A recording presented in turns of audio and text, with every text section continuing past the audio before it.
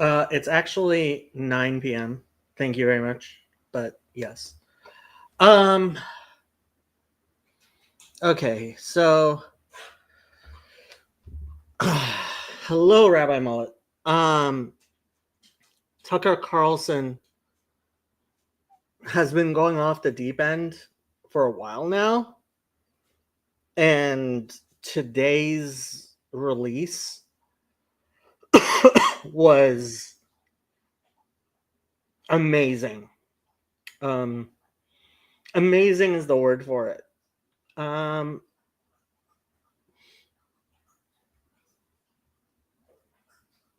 Like, as you guys know, I have my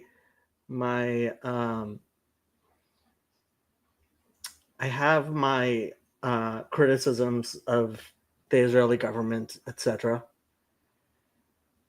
And then there are people like this who my only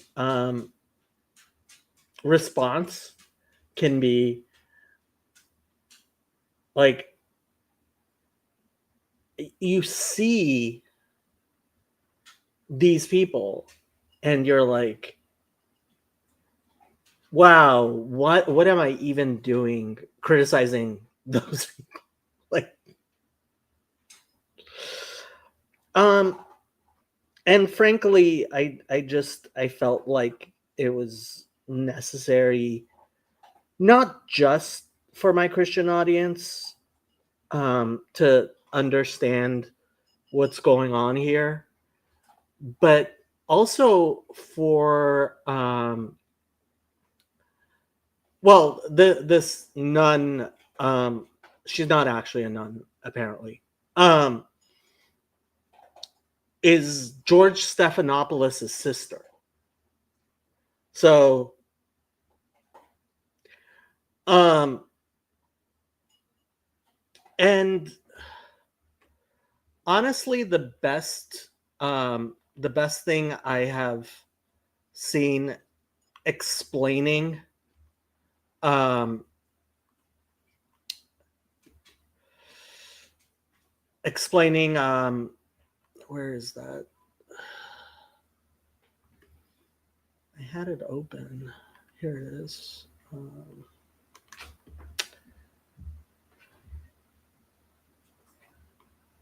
There it is. Okay.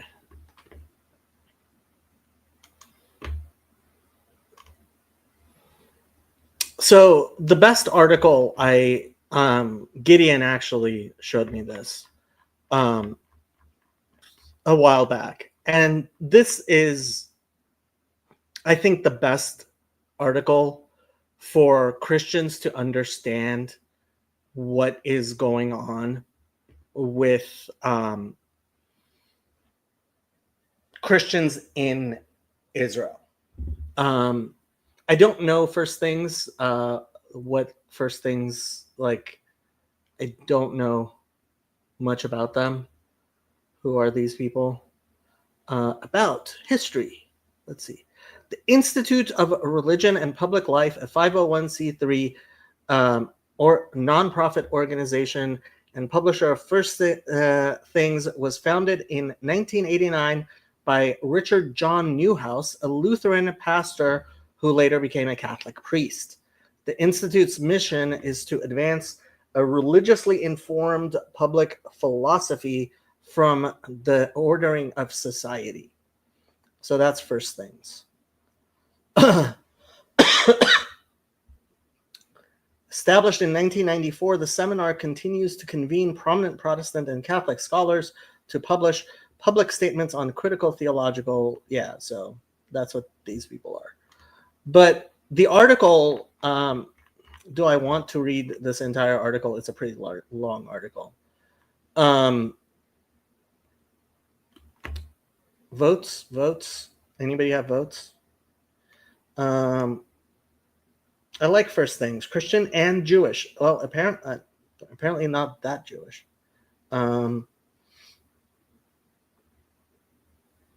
First Things is a Catholic magazine, usually very conservative. I mean, here, you guys will get to hear me reading. The Patriarch and the Palestinians, Cole S. Aronson, January 10th, 2025. If I drink coffee at every meeting, I'll kill someone. His Beatitude, Pier Battista Pizzaballa. I'm actually very impressed by Cardinal Pizzaballa. He is basically the head of the Catholic Church in Israel and surrounding areas. And he was one of the candidates that people were talking about for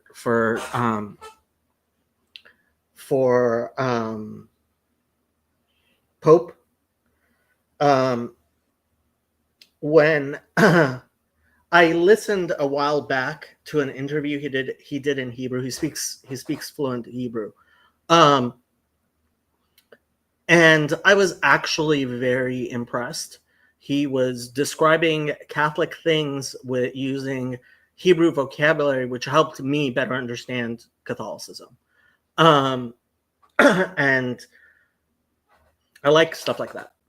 So his Beatitude, Pier Battista Pizzaballa, says, when I ask him to join me for an espresso while we talk, who first, I want to ask. But I suspect the Patriarch of the 150,000 Latin Rite Catholics in Israel, Jordan, and the West Bank, Gaza, and Cyprus wouldn't know where to start.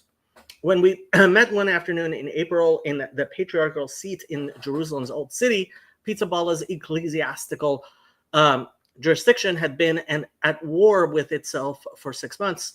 The October 2023 massacre in southern Israel had converted 2 million Gazans into wartime human shields for Hamas. Among them were several hundred Gazan Catholics. Wealthier Gazans escaped to the Sinai Desert through Rafah, Gaza's southernmost city, and the Patriarch tells me some Christians were among them. The rest sheltered in the Holy Family Church compound in Gaza City with Greek Orthodox compatriots. With some awful exceptions, such as Nahida and Samar Anton, a mother and daughter who were killed last December, the Catholic flock in Gaza has been remarkably safe.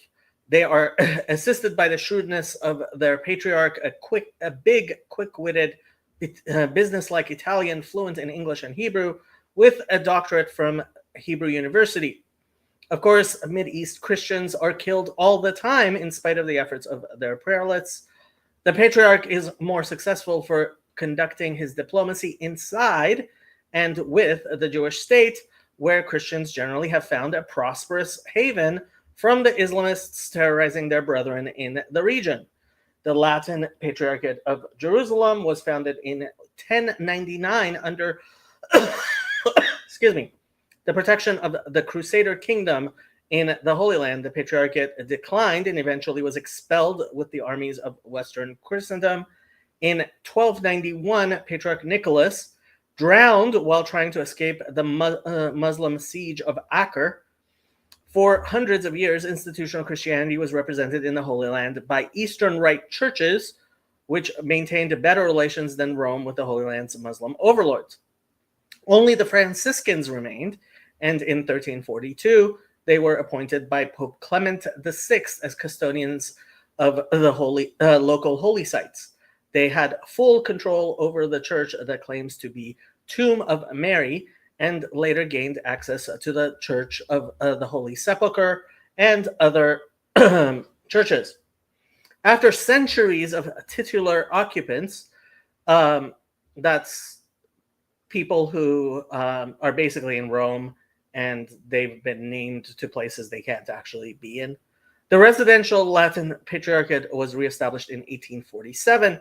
European states had long maintained interests in the Ottoman Empire, but the 1830s and 1840s were ripe for more general European intervention in politics and in religion.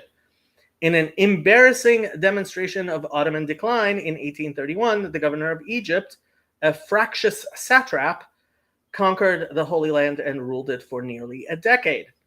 Various Western powers, including the United States, set up consulates in Jerusalem and maintained them after restoring the Ottoman Sultan.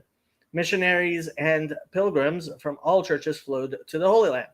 In 1841, an Anglo-German venture established a Protestant bishopric in Jerusalem, not wanting to cede the Holy Land to Protestants, and the Orthodox Pope Pius IX reestablished the residential Latin Patriarchate with the papal bull Nulla Celebrior. I doubt I said that correctly. The Franciscans remained the Latin custodians of the holy sites, which were supervised by the Custos, Pizzaballa's former office, and the Patriarchate was frequently occupied by one of their number. The Patriarchate and its auxiliaries founded hospitals, orphanages, hospices, and schools. St. Joseph's in Nazareth remains one of the finest schools in Israel. The Catholic seminary at Beit Jala, founded in 1852, has now taught generations of Arab Catholic priests. Monasteries began to host visitors for pilgrimages or study. For more than a century, Holy Land Catholics have lived amongst a conflict between far more numerous Muslims and Jews. The conflict began in the first half of the 20th century, during the first period of Christian rule in the Holy Land in 6 centuries. The Catholic Church viewed with favor Britain's seizure of the Holy Land from the Ottoman Empire in 1917. British rule was formalized under the Palestine Mandate in 1923 and lasted until 1948. Less to Rome's liking was Britain's ambition to establish a Jewish national home in Palestine, announced in the wartime Balfour Declaration of 1917 and later incorporated in the Mandate. 2 millennia of hostility and persecution cooled early relations between Catholics and Zionists. Theodor Herzl, whose book The Jewish State inaugurated political Zionism, met with the papal nuncio in Vienna in 1896, but failed to persuade him that a Jewish state was the answer to Europe's Jewish question. The Vatican worried that a Jewish majority would obstruct Christian access to holy sites, which the Ottomans had guaranteed for centuries. And there were serious theological reservations about agreeing to Jewish custody of the Holy Land so long as Jews rejected Jesus. Latin Patriarch Luigi Barlassina was a public anti-Zionist on these grounds. The Vatican opposed the termination of the British Mandate in 1948, and from Israel's founding in that year until 1967, the Vatican favored Jerusalem's internationalization, as opposed to its control by either of the Holy Land's larger religions. But Israel compensated churches for wartime damages and incorporated the status quo at holy sites into law. Gradually, the Vatican reconciled itself to Jewish governance of a united Jerusalem. The Vatican signed a concordat with Israel in 1993, following the Oslo Accords between Israel and the Palestine Liberation Organization.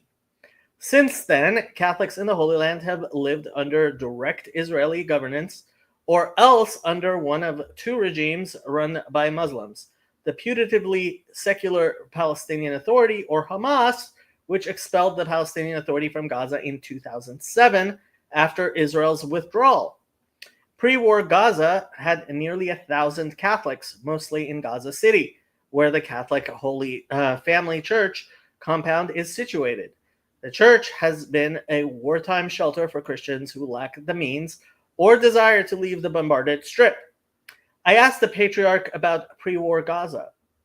The relations with authorities there were, he paused, correct, ups and downs. We are respectful in a way. I don't blame the Patriarch for his circumspection. Hamas, he said, has very strong control of the territory.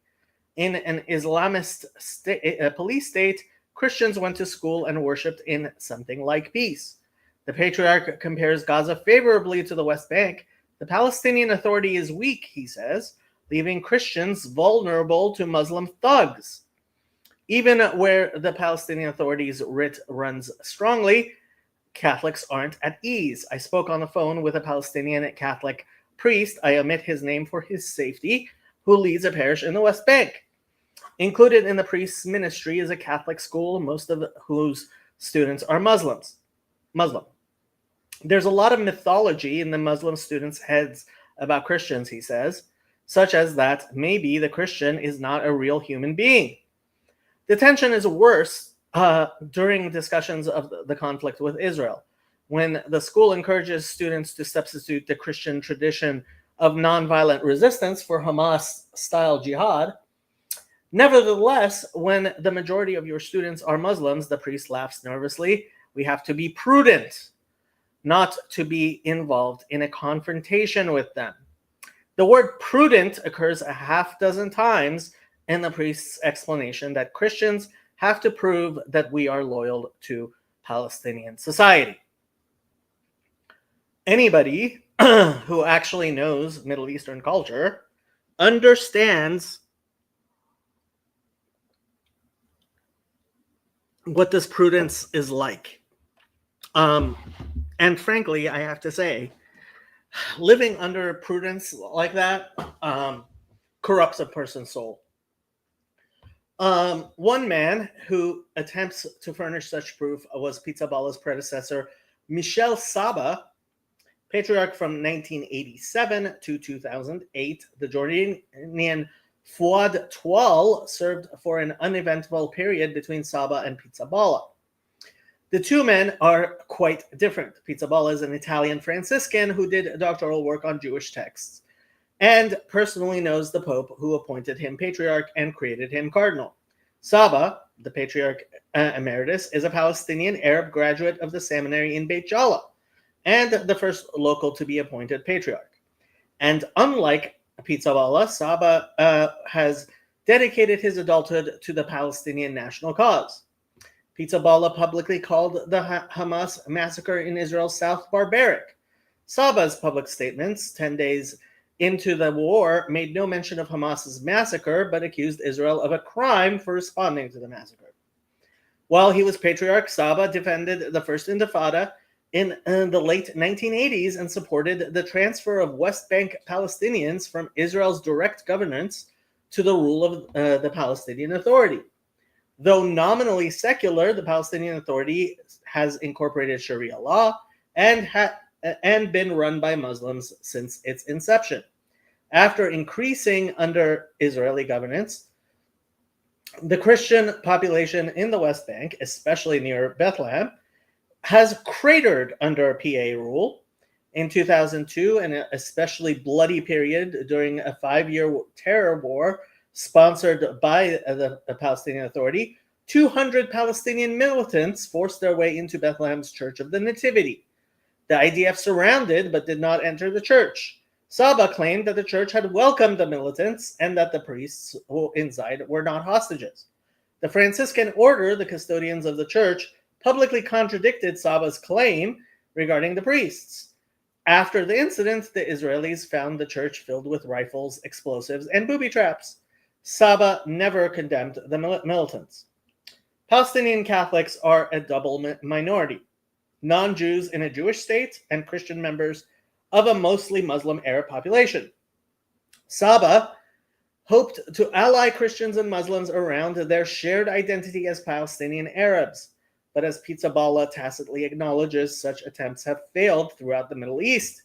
The Patriarch contrasts the Holy Land's relative hospitality to Christians with Syria and Iraq, where the weakening and eventual defeats of secular autocracies left Christians vulnerable to violent Islamists. Pizzaballa might have mentioned Egypt as well. The attempt by Palestinian Christians to ally themselves with Muslim neighbors long precedes Saba. Arab Christians participated disproportionately in the Muslim Christian societies that incubated Palestinian nationalism in the early 1920s. But as was the case with other young Arab nations, early Palestinian political victories were led by Muslims with Islamic aims. The 1929 Jerusalem and Hebron riots for instance, were marketed by Palestinian Islamists as a defense against Jewish encroachment upon Muslim holy sites. This organized attack on Palestine's Jews, like two milder pogroms a decade earlier, induced the British to restrict Jewish immigration and land development. As Israeli historian Benny Morris recounts in his history of the conflict, Righteous Victims, the most effective campaign of Palestinian national movement during the Mandate was also violently anti-Christian. The leaders of the Arab revolt against the British from 1936 to 1939 understood themselves to be waging an Islamic holy war, and they raped and extorted Arab Christian villagers who stayed neutral. Christian vulnerability to Muslims complicates the other half of the Catholic identity problem, their existence as non-Jews in a Jewish state. Pizzaballa does not admire Hamas. He even offered to trade himself for Israeli hostages in Gaza. But his patriarchate has also called for a ceasefire since October 7th of last year, when it published a statement condemning the violence of unnamed perpetrators against unnamed victims.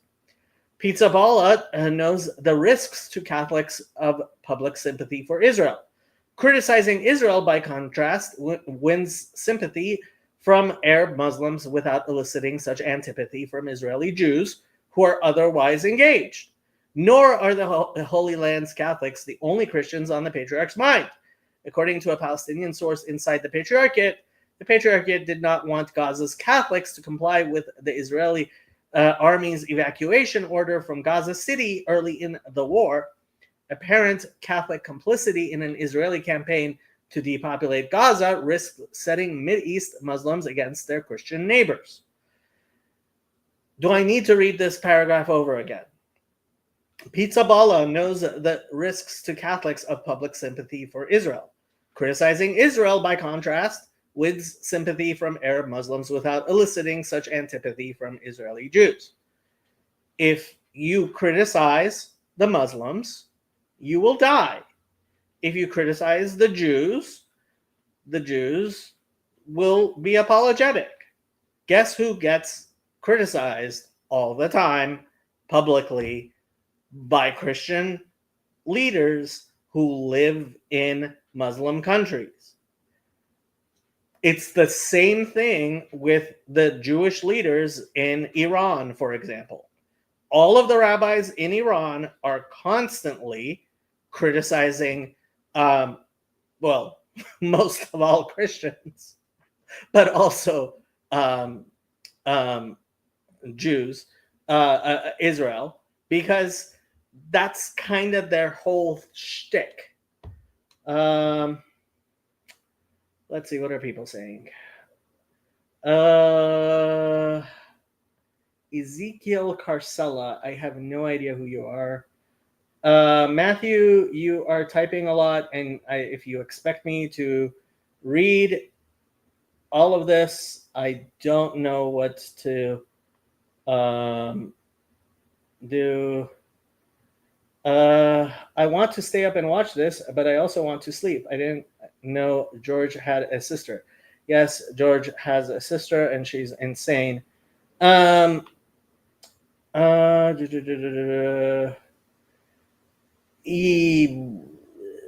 Yes, she is an anti-Semite.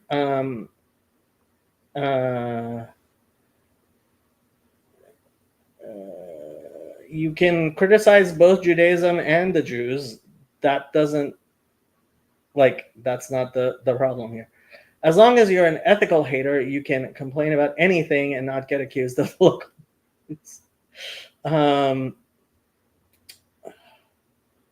All roads lead to Catholics trying to outdo the Protestants. This is actually very interesting. So shout to Jacob. A Jewish girl told me today it's very easy to be a Christian since Jesus died and rose again. All you have to do is believe. Told her I am not arguing today. It's Monday. Okay.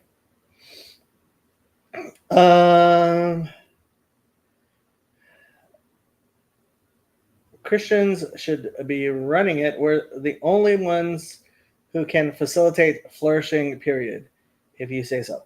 and we can't smuggle anything. We must explicitly say Jesus is king, and we can tolerate various Abrahamic traditions. Knowing this fact, Saba doesn't sound very Sababa. Probably. Cal, I don't know if shtick is the right word. They do this to survive and not face too much backlash from the local population. I agree. Yes, I'm sorry, sir. I guess you do. Okay. Do we want to continue reading this?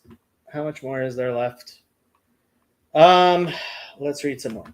The Catholics remaining in Gaza City, the Patriarchate insists that the decision was the Gaza communities alone have vindicated the Patriarch's policy of accommodating Muslim sentiment while relying on Israel for security.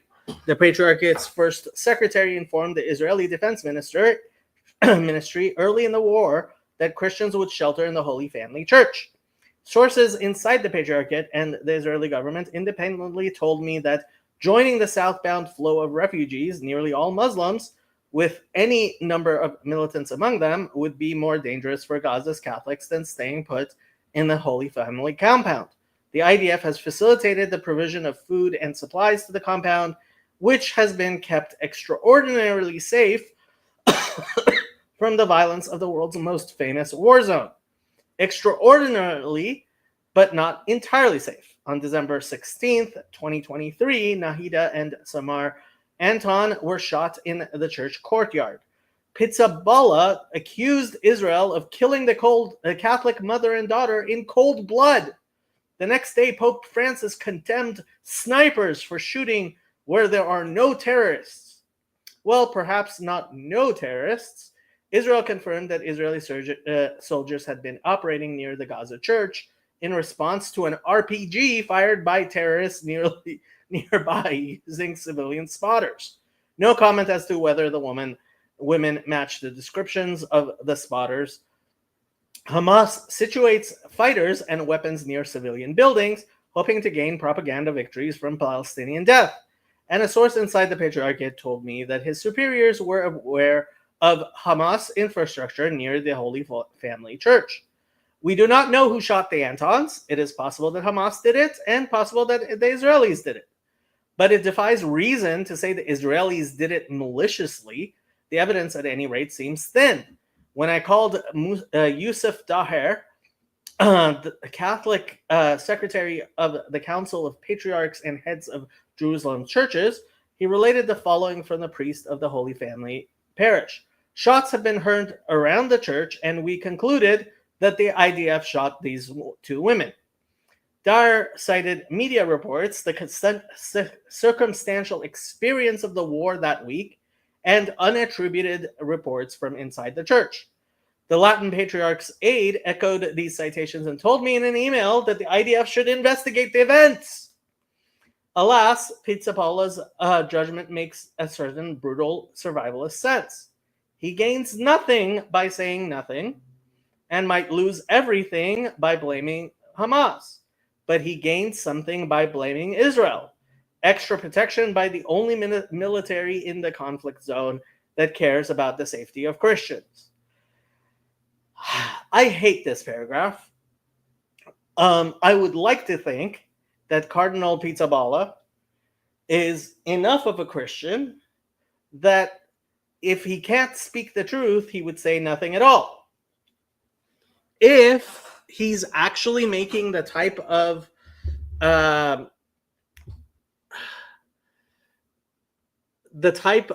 horrible calculation that they're attributing to him, I would think very lowly of Cardinal Pizzaballa for that. I would like to think that he probably did not stand in the way of people who genuinely believe that it must have been the IDF, claiming that it was the IDF.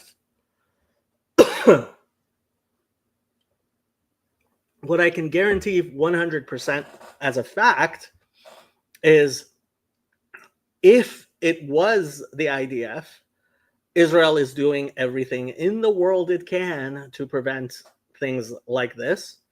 I am not attributing superhuman, supernatural capacities of Israel to control 18-year-olds who were given guns and told to kill people. I have made this point a lot. When you put a gun in an 18-year-old's hand and you tell him to go kill people, you are causing something truly horrible. We were out to we'd gone out to a local bar with some of the people from the Los Angeles group, and one of the people in the Los Angeles group was asking me about stuff in Israel, and his brother, who is a Green Beret, was there.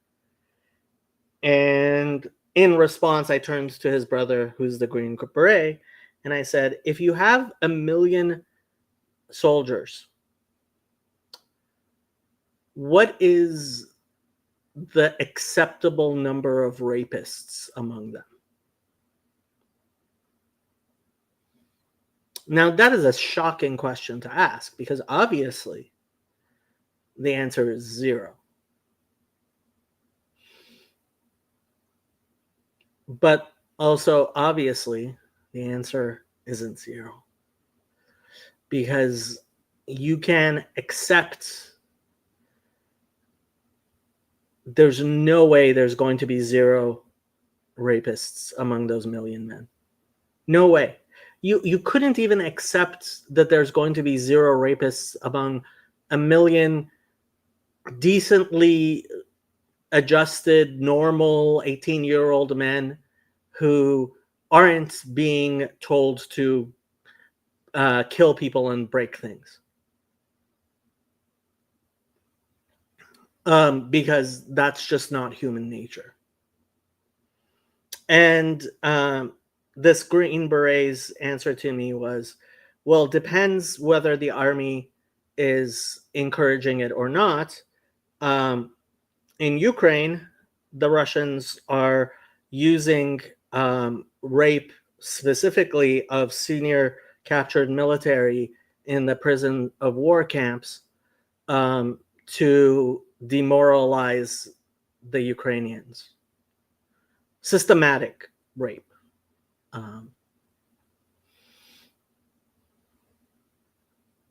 So do I expect every single member of any army, anywhere, to be incapable of doing horrible things? No. Sorry, I know too much about human nature about that. I've lived through war too much. I know what happens in war. That's not how the world works. So am I going to rule out the possibility that some Israeli soldier actually murdered some Christians? I am not going to rule that out. It would require an absolute miracle for me to believe that any army, United States, I mean, wasn't surprised by Bagram. I wasn't surprised by I don't understand how you can imagine you would take an 18-year-old, put a gun in his hand, tell him to go kill people and break things, and not expect him to do bad things. That all of them would behave perfectly. Like that just seems silly to me.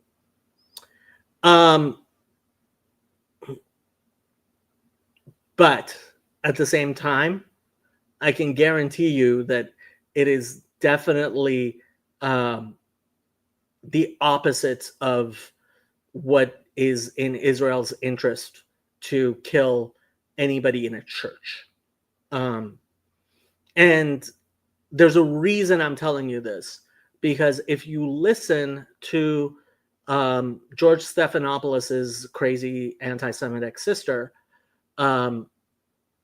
despite the fact that despite herself, she actually said a bunch of things that if you listen carefully, it's obvious what she's saying is actually very different than what a not careful listener would end up with.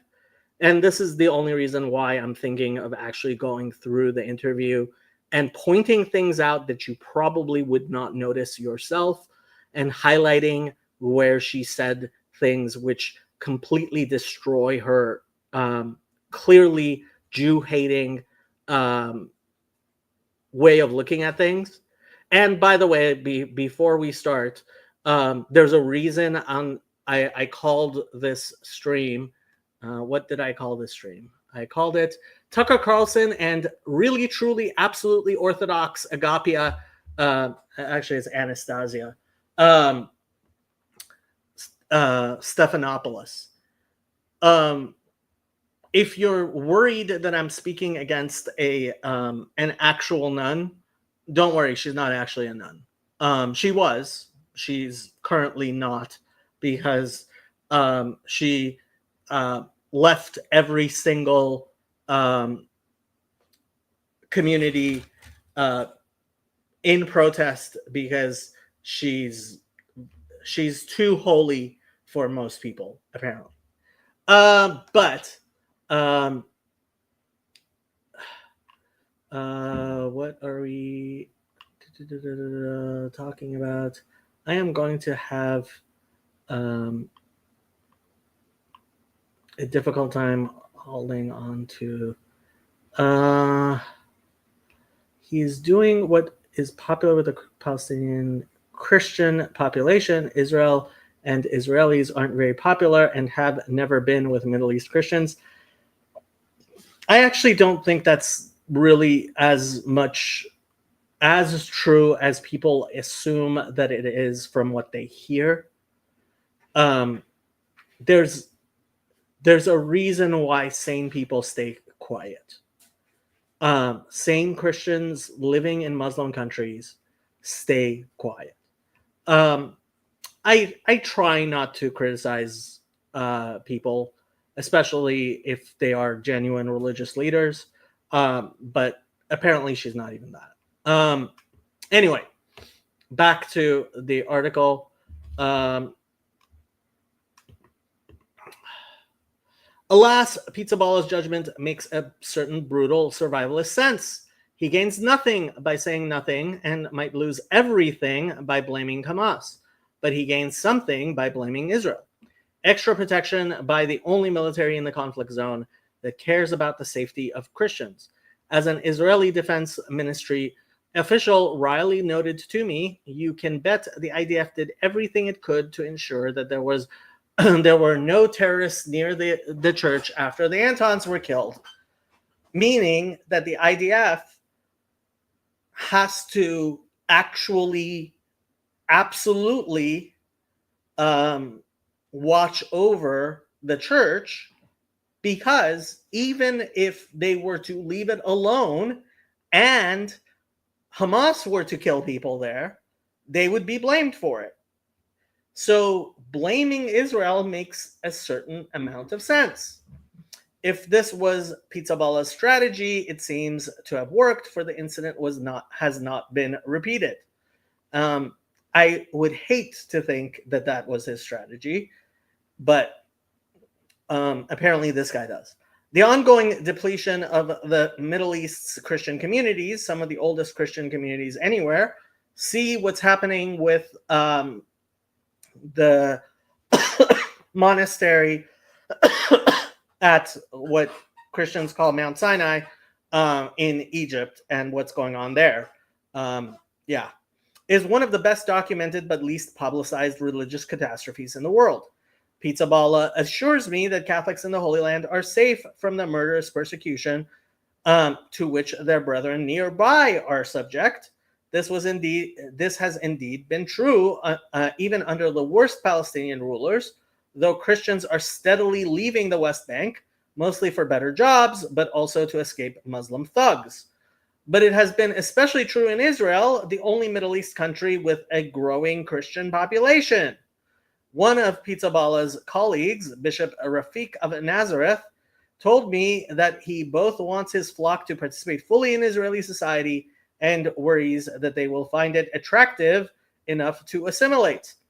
I restrain myself from telling this Levantine Catholic that he sounds like an American Jew, concerned that conditions are too friendly for the good of his co-religionists. Israeli Christian schools have the highest matriculation rates of any school in the country. Arab Christians have the highest employment rate of any Israeli religious group, and their unemployment and welfare use rates are the lowest. Christian women excel compared to their non-Christian Israeli peers, earning more than 6 in 10 of the doctorates awarded to Christians. Israeli women in general earn half of the country's PhDs. Christian incomes are just below the national average. Israel's Arab Christians are often lumped together with Arab Muslims, but they are more instructively compared with the Druze, who number about 150,000 and, like the Christians, largely live in Israel's north. The Druze, who have lived in the Levant since the religion was founded in the 12th century, are regarded by Muslims as apostates and frequently persecuted. See what's going on in Syria currently. In the pre-state period as now, Druze who lived in non-Druze towns preferred Christian towns to Muslim ones. Holy Land Christians are wealthier than the Druze and have always been better educated. But whereas Christians benefit from life in Israel, Druze identify with the Israeli project. A Druze unit fought with distinction in the 1948 and 1949 Israeli War of Independence. One of the most senior IDF officers killed in the current war, Colonel Ehsan Daksa of the 401st Armored Brigade, was Druze. There's no comparable tradition of a Christian-Arab service in the central institution of Israeli society. That will probably be true for as long as Israel and Palestine's Arabs are in conflict, unless Israel's Christian Arabs begin to regard their citizenship as more important than their ethnicity, a development every prelate I spoke to considered unlikely. Then again, the ranking of identities is itself a leisure activity. Politically, the most basic thing is not getting killed. Always a concern in this region, and not only for minorities. Christians are not worried about religious persecution by Jews. Christians are not worried about religious persecution by Jews. Christians are not worried about religious persecution by Jews. Okay, I have to tell you a story. A few months ago, might be a year ago already now, in Bandar Abbas, which is a port, possibly I would say Iran's most important port, definitely one of them.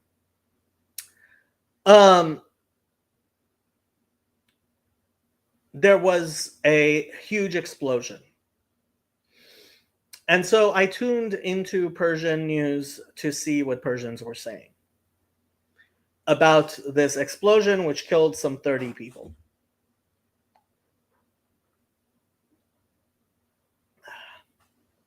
They were saying it couldn't possibly have been Mossad because it killed too many civilians. I'm not joking. I am not joking. The reason they ruled it out was they said there's no way Mossad would have killed that many civilians. This is the Muslims in Iran. The occasional bigoted remark from a right-wing rabbi notwithstanding, they are worried, they've been worried for centuries about religious persecution by Muslims. Now they worry about becoming collateral damage in the conflict between Israel and the Palestinians, whose most popular leaders are Islamists. Pizzaballa's two-step, relying on the Israelis in private, excoriating them in public, may have helped his flock avoid some of the worst of the current Gaza war. And his wartime publicity it is rumored to have been rumored in Rome, made him papabile It would be quite a thing for the Patriarch to be elected in the next conclave. This is from January, by the way. His principal achievement is not theological or even exactly institutional, but political. Of course, there's nothing wrong with that, especially in an age that is more and more hostile to the Catholic message, not only in the Islamic world, but in China and in different and less brutal ways, Western Europe and America as well. Whether the strategy of securing endangered Catholics by appeasing violent Islamists with polemics against Jews represents a prudent churchmanship is beyond the power of this Jewish layman to answer. It may be the best that the Holy Land's Catholics can hope for, at least in wartime. Whether they can ever hope for anything better depends as much on those they fear as it does on them. So that's the article that I wanted to read in we lost Parlato.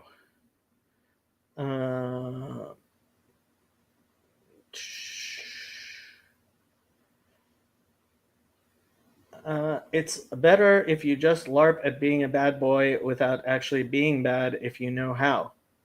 I have no idea what you guys are talking about. Okay. So, that's the my little preface in terms of this article about Catholics. Now let's talk about Mother what is it? Agapia? What is it? What is her name? I already forgot her name. Agapia Stephanopoulos.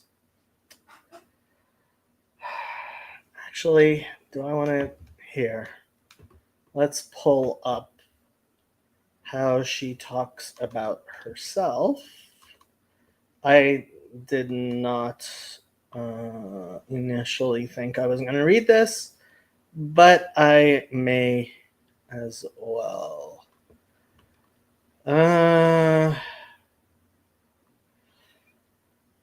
This isn't the article I was looking at.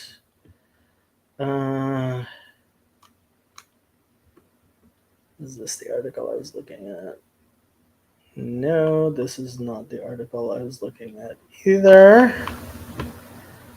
Where is that article I found? Is this it? No. That's not it either. There it is. So, in case anybody wants, here is this article in the chat.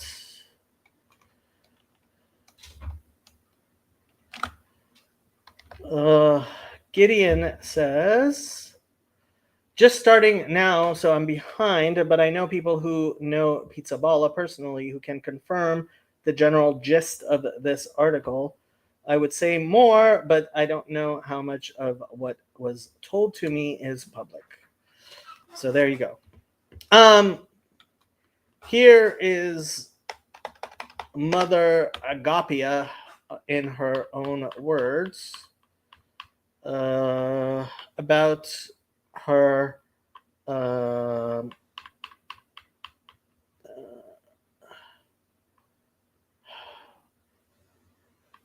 spiritual path. Here you go. Spiritual path. First, be thought of as a superior of a convent is a misnomer.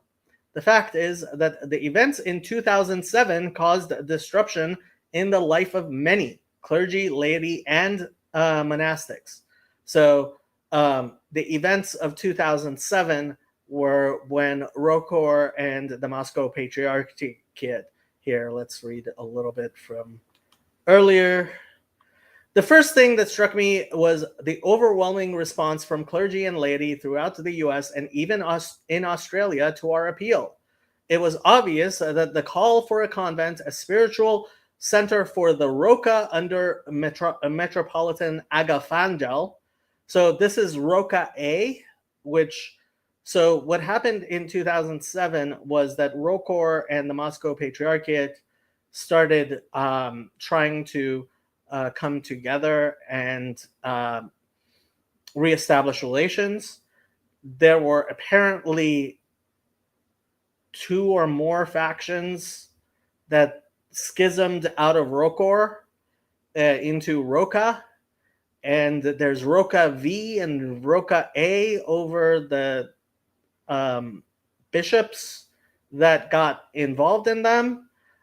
So apparently she got involved with Roca A, and this is from years ago. She's apparently also left Roca A because you will see her from her spiritual path who this lady is and what kind of a person she is. But the letters received from elderly people expressing their deep appreciation for the formation of a convent was very moving. At the same time, it was wonderful to meet young people excited about the idea of coming to visit the convent. After the ruinous and sometimes bitter separation from friends and family because of the 2007 union between ROCOR and the Moscow Patriarchate, people are deeply in need of a place where they can once again focus on their spiritual life and rebuild their communities in a positive and healthy way. So that's what she means by the 2007 events, which happened after. When was the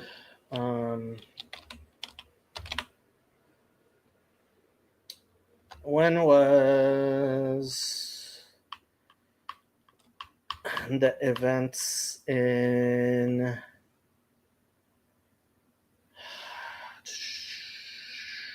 1997 and then 2001? Okay, so more background on all of this stuff. This is from Wikipedia. Post-Soviet period. In 1997, Patriarch of Moscow, Alexei II, attempted to visit a ROCOR-held monastery in Hebron with Yasser Arafat. The Moscow-based church has enjoyed a close relationship with Arafat since his guerrilla fighter days. The ROCOR clergy refused to allow Arafat and the Patriarch to enter the church, holding that Alexei had no legitimate authority. 2 weeks later, police officers of the Palestinian Authority arrived. They evicted the ROCOR clergy and turned the property over to the ROC. That's the Moscow Patriarchate.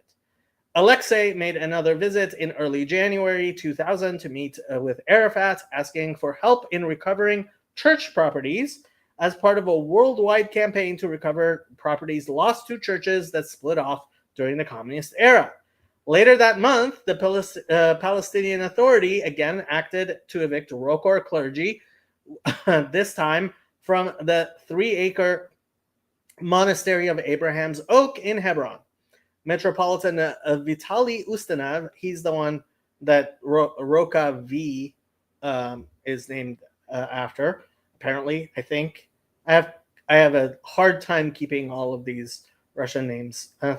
In 2001, succeeded the first hierarch of the ROCOR, Metropolitan Loris, who oversaw the reconciliation with the Russian Orthodox Church in 2007. So apparently, Mother Agapia, is that her name? Agapia, sorry, was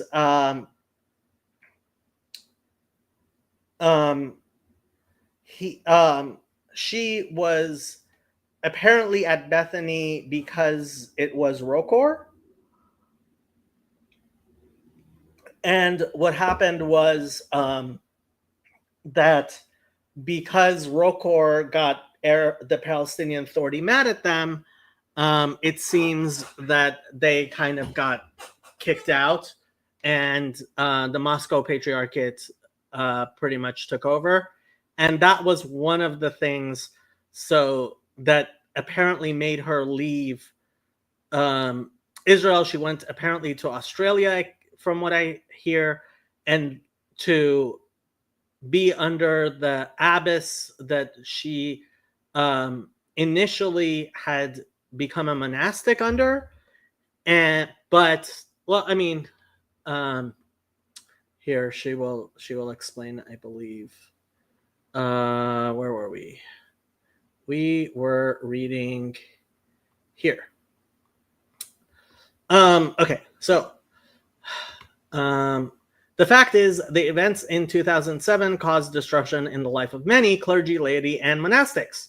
Now we begin to pick up the pieces, and just as Archimandrites Panteleimon and Joseph did in 1927 when they left St. Tikhon's monastery for conscience's sake and purchased the property in Jordanville, so too do we do today.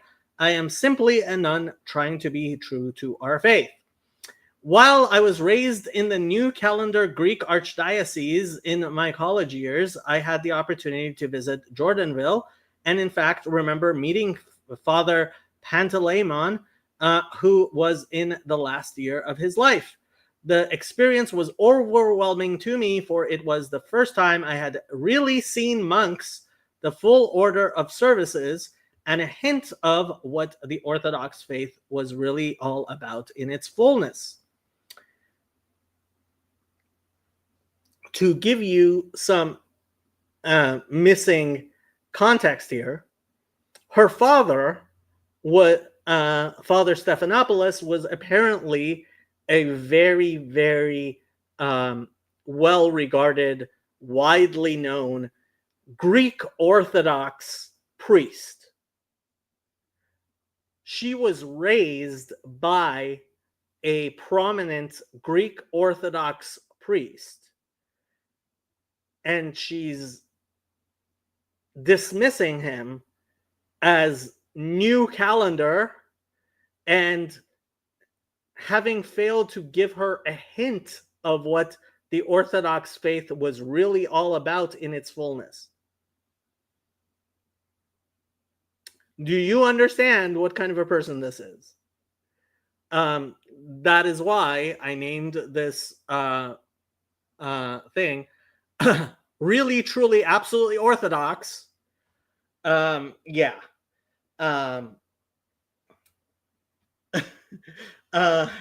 Yes. I am glad somebody else said it. I almost called her a Protestant nun. She is the most Protestant of Protestant nuns I have ever seen.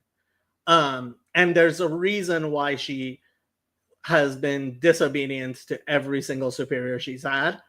Trust me, this gets worse. And you wouldn't think it could get worse. We pronounce it Panteleimon, but that is probably not correct, but fun, if you say so. Let's see what Gideon has been saying. Approval to the Association of Hebrew Catholics in Israel, so I like him a lot. Even if he has a political role, he has to play carefully. Regarding Saba, he completely ignored the Hebrew-speaking Catholics, including Arab ones, and basically tried to turn the church into a Palestinian nationalist organization. John Paul II had to bring in a Jewish convert as an auxiliary bishop to minister to the Hebrew-speaking Catholics there. When I speak to Israeli Catholic friends, the only issue they have is spitting, and this is only in Jerusalem, should be solved, but not anything like the surrounding countries. And I have to say, as much as, look, the spitting, first of all, people are people, whatever. Second, as far as I am aware, and yes, it kind of is a tradition, they, like Orthodox Jews, many of them, especially the Haredim, will spit on the ground as they pass churches and priests. please be a tiny bit forgiving of that. They don't actually spit on people. Now, I have to say, at the same token, when you are at the hotel, if it's not raining and it starts raining, somebody may be pissing on you. That has been caught on videotape at least once. Yeah. So, and I have to also say, this is part of an aesthetic thing. Most, especially not religious, but even religious Jews, like, aesthetically find Roman Catholic and Rabbi Bradowitz definitely mentioned it in one of his Q&A sessions. Yeah. Don't know what to say. I don't think it's something you can actually stop people from spitting as they pass churches and priests and nuns in habits. They're going to do it.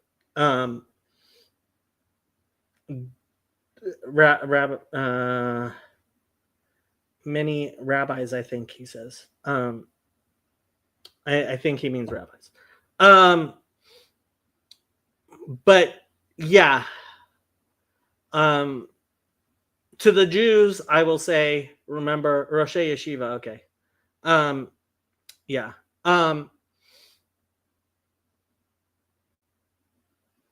To the Jews, I will say, Gadol HaShalom, Kabod HaBriot, and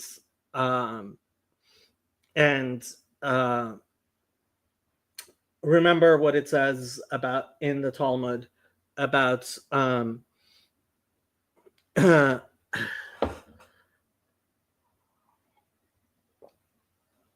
in the world to come, you will feel the full intensity of every time you I believe it actually says spit in front of someone and they were disgusted. But yeah, so if you don't want to be reminded of that, don't do it. And I'm guessing you don't want to be reminded of that when you in the world to come. But anyway, back to Mother Agapia. But with the spitting, I think it is important to recognize, I don't think anybody will defend spitting on people as opposed to spitting on the ground as you pass people. There are definitely people who will, in fact, defend that. Yeah. Et chatai ani mazkir hayom. Okay. Okay. Well, I was raised in the New Calendar Greek Archdiocese in my college years. I had the opportunity to visit Jordanville and, in fact, remember meeting Father Panteleimon, who was in the last year of his life. The experience was overwhelming to me, for it was the first time I had really seen monks, the full order of services, and a hint of what the Orthodox faith was really all about in its fullness. I visited Jordanville frequently, off and on, for about 4 years before a women's monastic community was formed. In December 1991, I was made a novice in the community of St. Elizabeth, and I lived there for 5 years. Besides obediences such as making incense and candles, one of my chief obediences was assisting the monastery's print shop, and it was here in the typesetting and preparation of the monastery's publications that I learned and absorbed much of the history of the Orokor. Having this knowledge and experience is certainly one reason why I am so committed to the path of Metropolitan Agafangel's Synod. I then spent 10 years in Jerusalem at the convent of St. Mary Magdalene. There was a wonderful young abbess there at the time, Abbess Anna Karapoff. I believe this is the same abbess who was in in Australia that who she ended up rejecting because of, I think it talks more here, but who did much to instill a Synobetic order and inspire the nuns to a deeper spiritual life. Here, in a much larger community of 25 to 30 nuns, I was relieved of having to do so much physical labor that a smaller community might entail, and aided by good examples and the inspiration of living and often visiting the holy sites, I was able to focus more on my interior spiritual life. This sweet period was only to last about a year and a half. Soon, the events in Hebron happened. So that's what I was talking about with the metropolitan, with the Moscow Patriarchate seizure of our monastery in 1997, and I was called to assist with administrative matters as well. The upheaval and strain caused by this seizure led to Mother Anna resigning her position and leaving the convent. This led to other changes in the monastery, and I was appointed to run the convent's Orthodox School of Bethany. The experience of running a school for 325 children, caring for 12 girls from broken homes, managing the property, dealing with teachers and employees, and at the same time trying to live the life of a nun in the Holy Land, going to services and hosting pilgrims, all in a most politicized and sometimes violent part of the world, certainly honed skills that are most useful as we undertake the formation of a new convent here in the States. Quite frankly, while there are challenges here, it is somehow less seems a lighter burden than those days in Jerusalem. Finally, in February 2006, essentially due to my known opposition to the coming union, I moved to Australia for 2 years to a small skeet in the outback that Abbess Anna had established, with 6 people living on 200 acres and the nearest town about 60 miles away. It was as far from the tension and hustle and bustle of Jerusalem, the center of the world, that one could imagine. But it was just what my soul needed. It was refreshing to be in the quiet once again, free of distraction, and able to concentrate on the inner life. Sadly, Mother Anna's community went with the union, but accepted and understood my decision, so I returned to the States, my homeland, not knowing exactly what would happen. Looking back, yes, it does seem that all my experiences have prepared me for this moment. Our property is rather isolated and quiet, and I find this to be the perfect place for working out a life of prayer and repentance. At the same time, the place was not ready-made, and many organizational and administrative matters dealing with municipalities and money matters need to be dealt with. And my work at the school certainly helps in this regard. Now, let's read about the woman who ended up taking over for Mother Agapia in Bethany near Jerusalem. Now, I have to say, do I find here?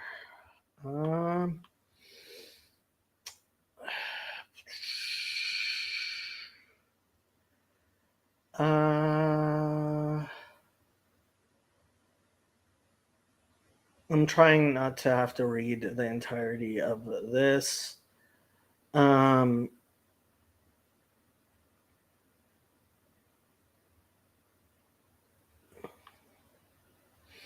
Basically, one of the things she says is that life was there. The reason they were losing so many of the nuns and the Christians was because life was easier in thing. Here,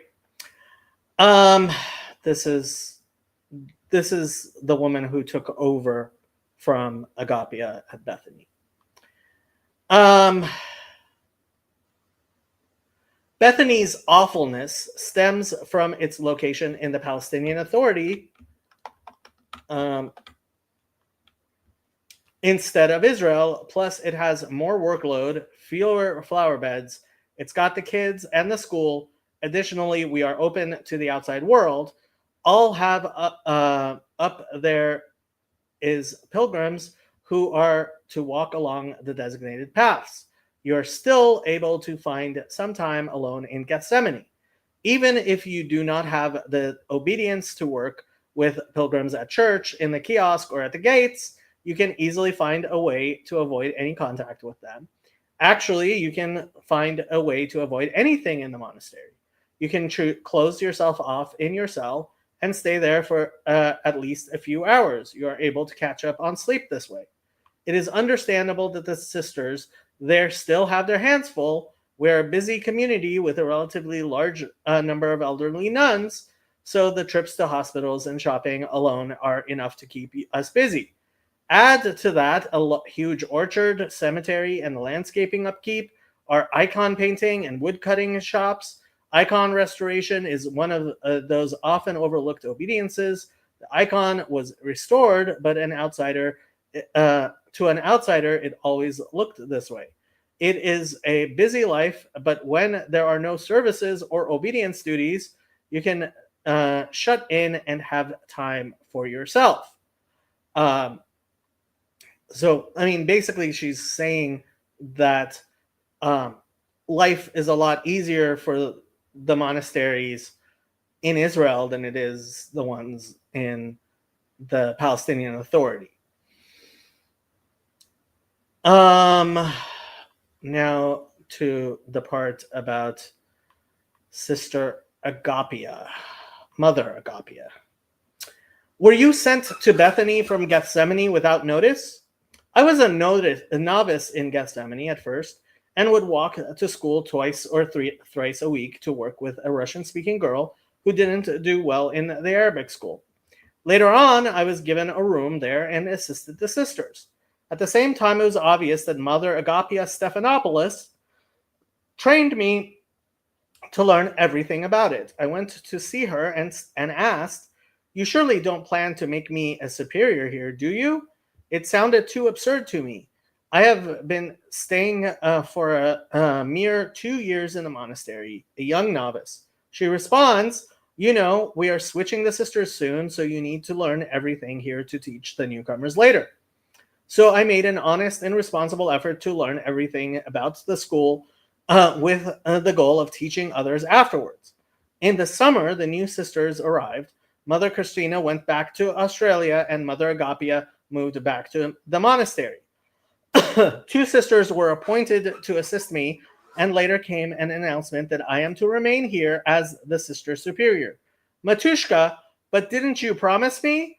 Well, what did you want me to do? I don't have anyone for this position.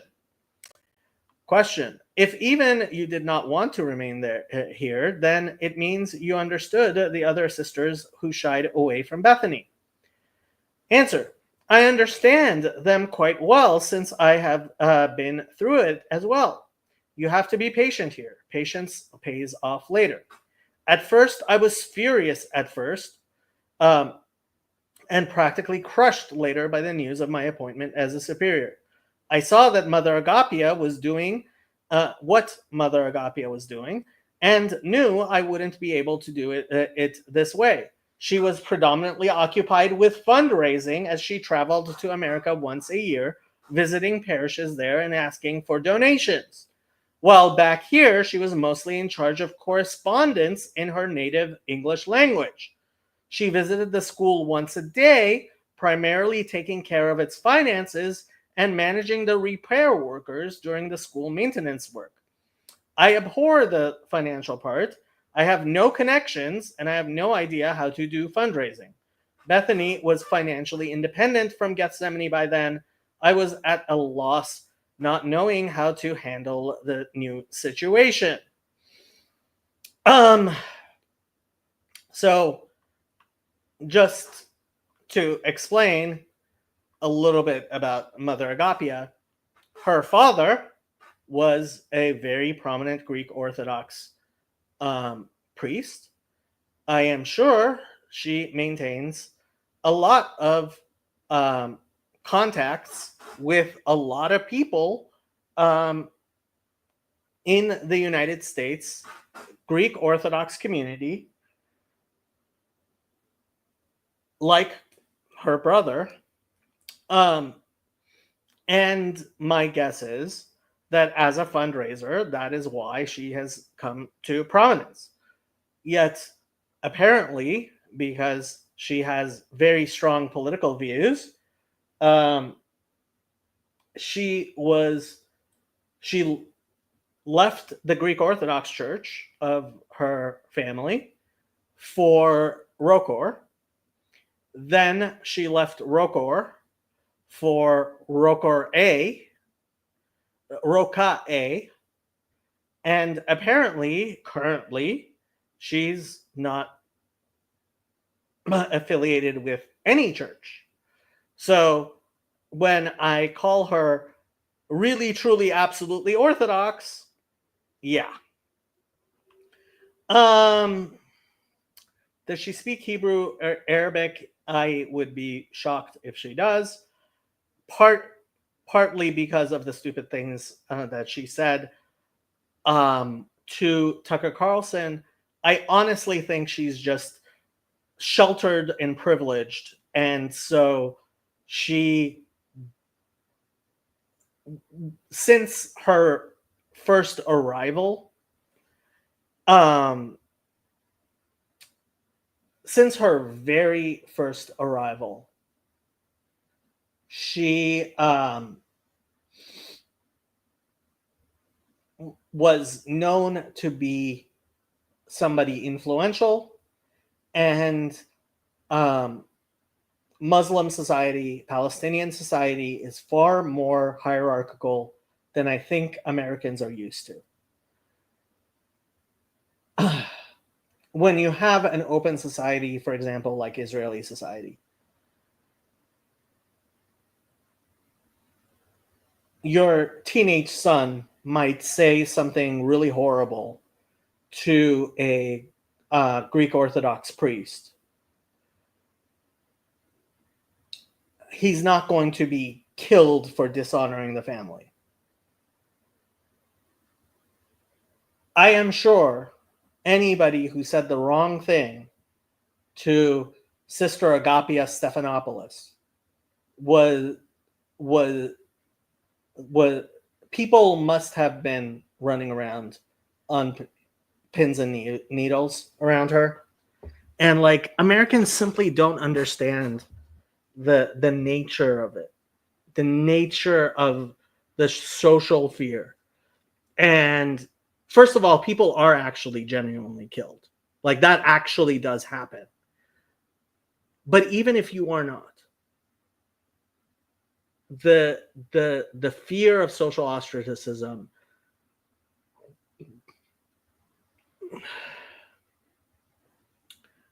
Arabic societies are far more welcoming and hospitable to people that they feel they must fear and respect.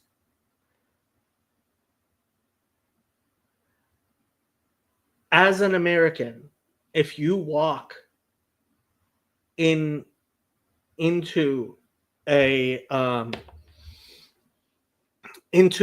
environment like that, you are going to misunderstand. In the South, right, of the United States, there's a whole different type of hospitality, a completely different type of hospitality, where if you are holding up yourself with airs and stuff, they will cut you down, but they will lift you up if they see you as humble and needing of help. Middle Eastern society is the absolute opposite. You step on those who are below you, and you honor the people above you. And Americans have a really difficult time with that, especially because they don't view themselves as the powerful ones when they get involved. And it is truly a cultural gulf that is absolutely impossible to explain, I think. Yeah, brutal. Absolutely brutal. Okay. Now, after all of that, I guess we can go ahead and listen to Mother Agapia on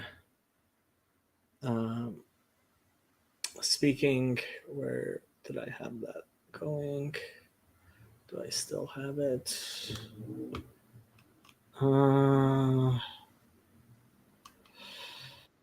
Okay.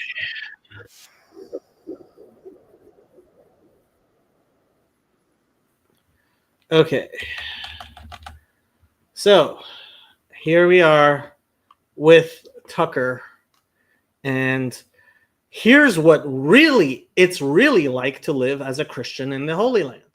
Now, Tucker does not actually give a proper introduction here. He doesn't ask, he asks all of the dumbest of questions, and none of the obvious questions. It's truly amazing to hear the contradictions. Pay very close attention. Tucker is speaking as if she is speaking about how Christians living in Israel are treated, whereas she is speaking only about how Palestinian Christians living in the West Bank are treated. And while obviously Palestinian Christians should be treated well, that I'm not excusing that.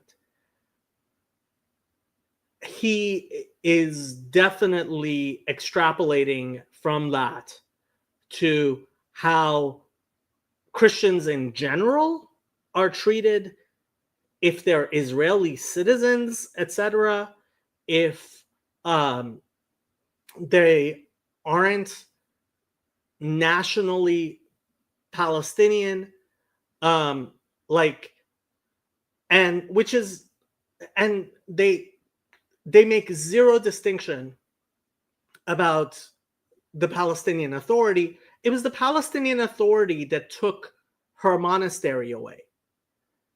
It wasn't the Israelis who took. It was Yasser Arafat who took her monastery away and gave it to the Moscow Patriarchate, which she hates so much.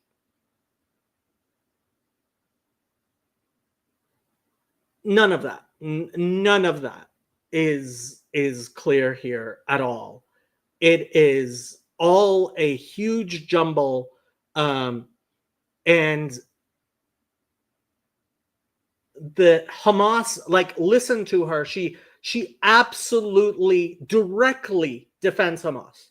Directly. Like, it's not, oh, she's pro Hamas. Like, I'm not making inferences. Listen to what she says. She directly is actually whatchamacallit, is actually defending Hamas. Unrelated to the stream, but did you see Breaking Points did a video today mad that Jews won't intermarry? They used it as proof Zionism, their words, is incompatible with liberal democracy. As someone who grew up in the Jewish left, I'm amazed how quick the left has descended into genuine anti-Semitism. Yeah, like, personally, I actually tweeted this out earlier today because there was a discussion. Like, I think the Jewish insistence on only marrying within the faith, like, it makes sense for someone who's genuinely religious to marry someone who they have religion in common with, right? If somebody's not that religious, right, and especially like depending on if the kids are being raised, whatever, right, it actually it's not the rational, sensible position. And when secular Jews try to rationalize it, they often just come off sounding racist, which they kind of are. I believe in it because it is a ancient, necessary, integral part of who we are as Jews. I don't understand why God commanded it, but God very obviously did. I see it very similarly to how I see not eating pork. It's not a rational thing, but whatever. Yeah, but you know what? Actually, actually, like, people do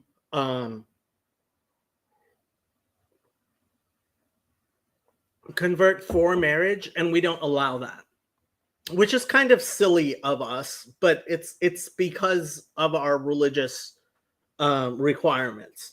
Like, other religions are like, sure, go ahead, convert to marry this person. Why not? And we don't allow that. So it's irrational, and frankly, I don't think it makes a lot of sense. But yeah. Anyway, let's listen to this. Thank you for doing this. So you first moved to the Holy Land in 1996? Correct. Yep. As a nun. Right. How are Christians doing in the Holy Land?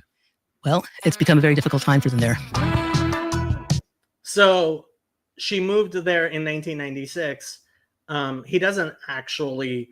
It takes a long time before they discuss her brother. Before he actually, like, he doesn't do the setting up, and I think there's a reason for that. And as far as she's concerned, the Holy Land does not include Israel.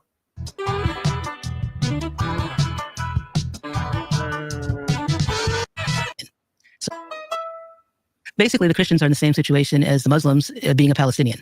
So the problem is, so listen to her carefully. She says being a Palestinian, right? And that is the frame for everything else she's saying. And I mean,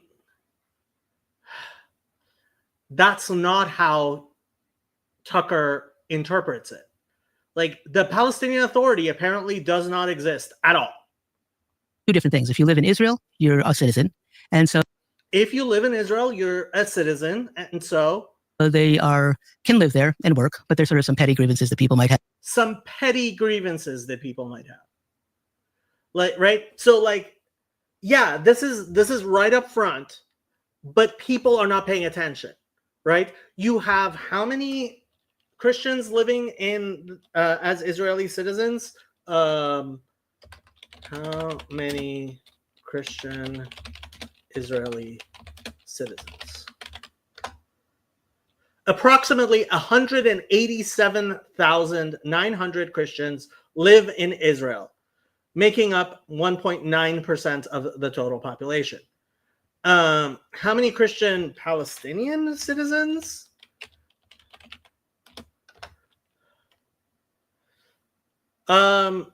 Approximately 50,000 Palestinian Christians living in the occupied West Bank and East Jerusalem.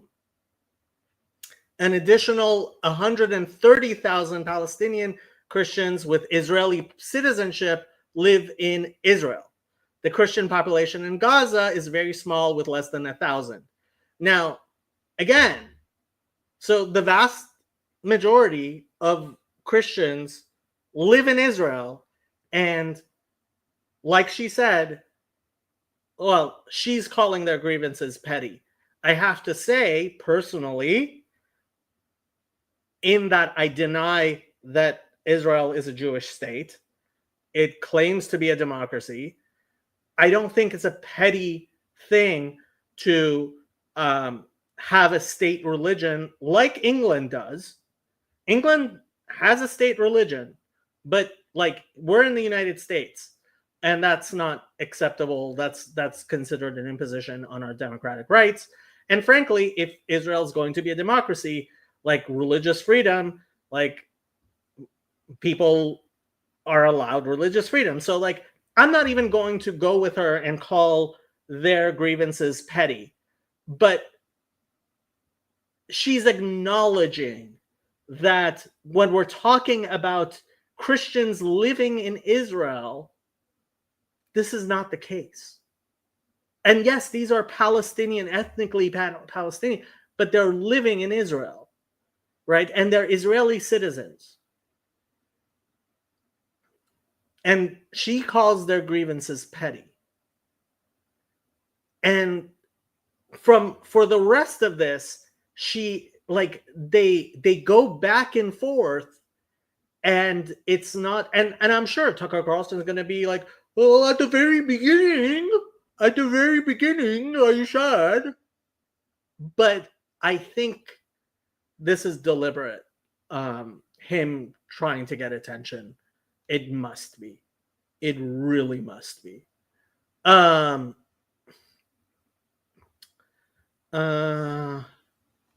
Yeah, there should not even be a rabbanut. I don't want the government, especially a secular government, involved in my religion. Yeah, like this is the Haredi position on this is the Haredi position on the Israeli state. It's not the religious position. I mean the Mafdal religious position. And that's where I like whatever. Like and this is what is so aggravating about this, right? This entire discussion.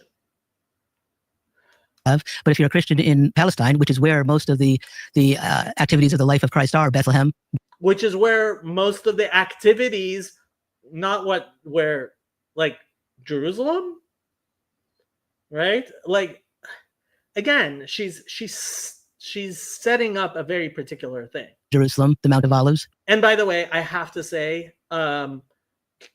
people are attacking her looks. Like, stop.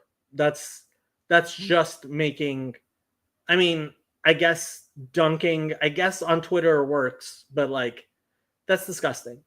Jericho, Jacob's Well. That's all within Palestine, and so there's many. That's the predominance of the Christian population there, and they're treated with the effect of. That's the predominance of. So listen to what she said. She makes it sound like most Christians live in those areas. That's not true. And there's a reason for that. Ever since the Palestinian Authority has been taking over, and certainly when Hamas took over, the Christians are fleeing for good reason, which apparently she doesn't understand. That's the occupation, which means you have checkpoints around you. You're not a Christian who lives in Bethlehem cannot go to Jerusalem, to the Holy Sepulchre. But a Christian who is in, like, this is the thing. Like, she doesn't mention at all that no Christian whatsoever is allowed to go onto the Temple Mount, ever. Like, that's not allowed. That's not a point she bothers making. Without a permit by Israel, and they don't usually give those permits, especially now. A Christian can't. No, without permission from Israel. That's interesting because I mean, those Christians that you're describing, I mean, they're the descendants of the Christians. Absolutely, yeah. They've been there from the beginning. Yeah, I mean, right? Christ came as a Jew, right? Yes. Went to the temple, but the people that converted and have lived there for centuries are, in fact, I think there's been studies done that on Palestinians living there now, and they are the Canaanite descendants. Yes. They're people that have been there for centuries, not all, or the greater part, not just Palestine. And there have also been studies, including on Ashkenazi Jews, and so are we.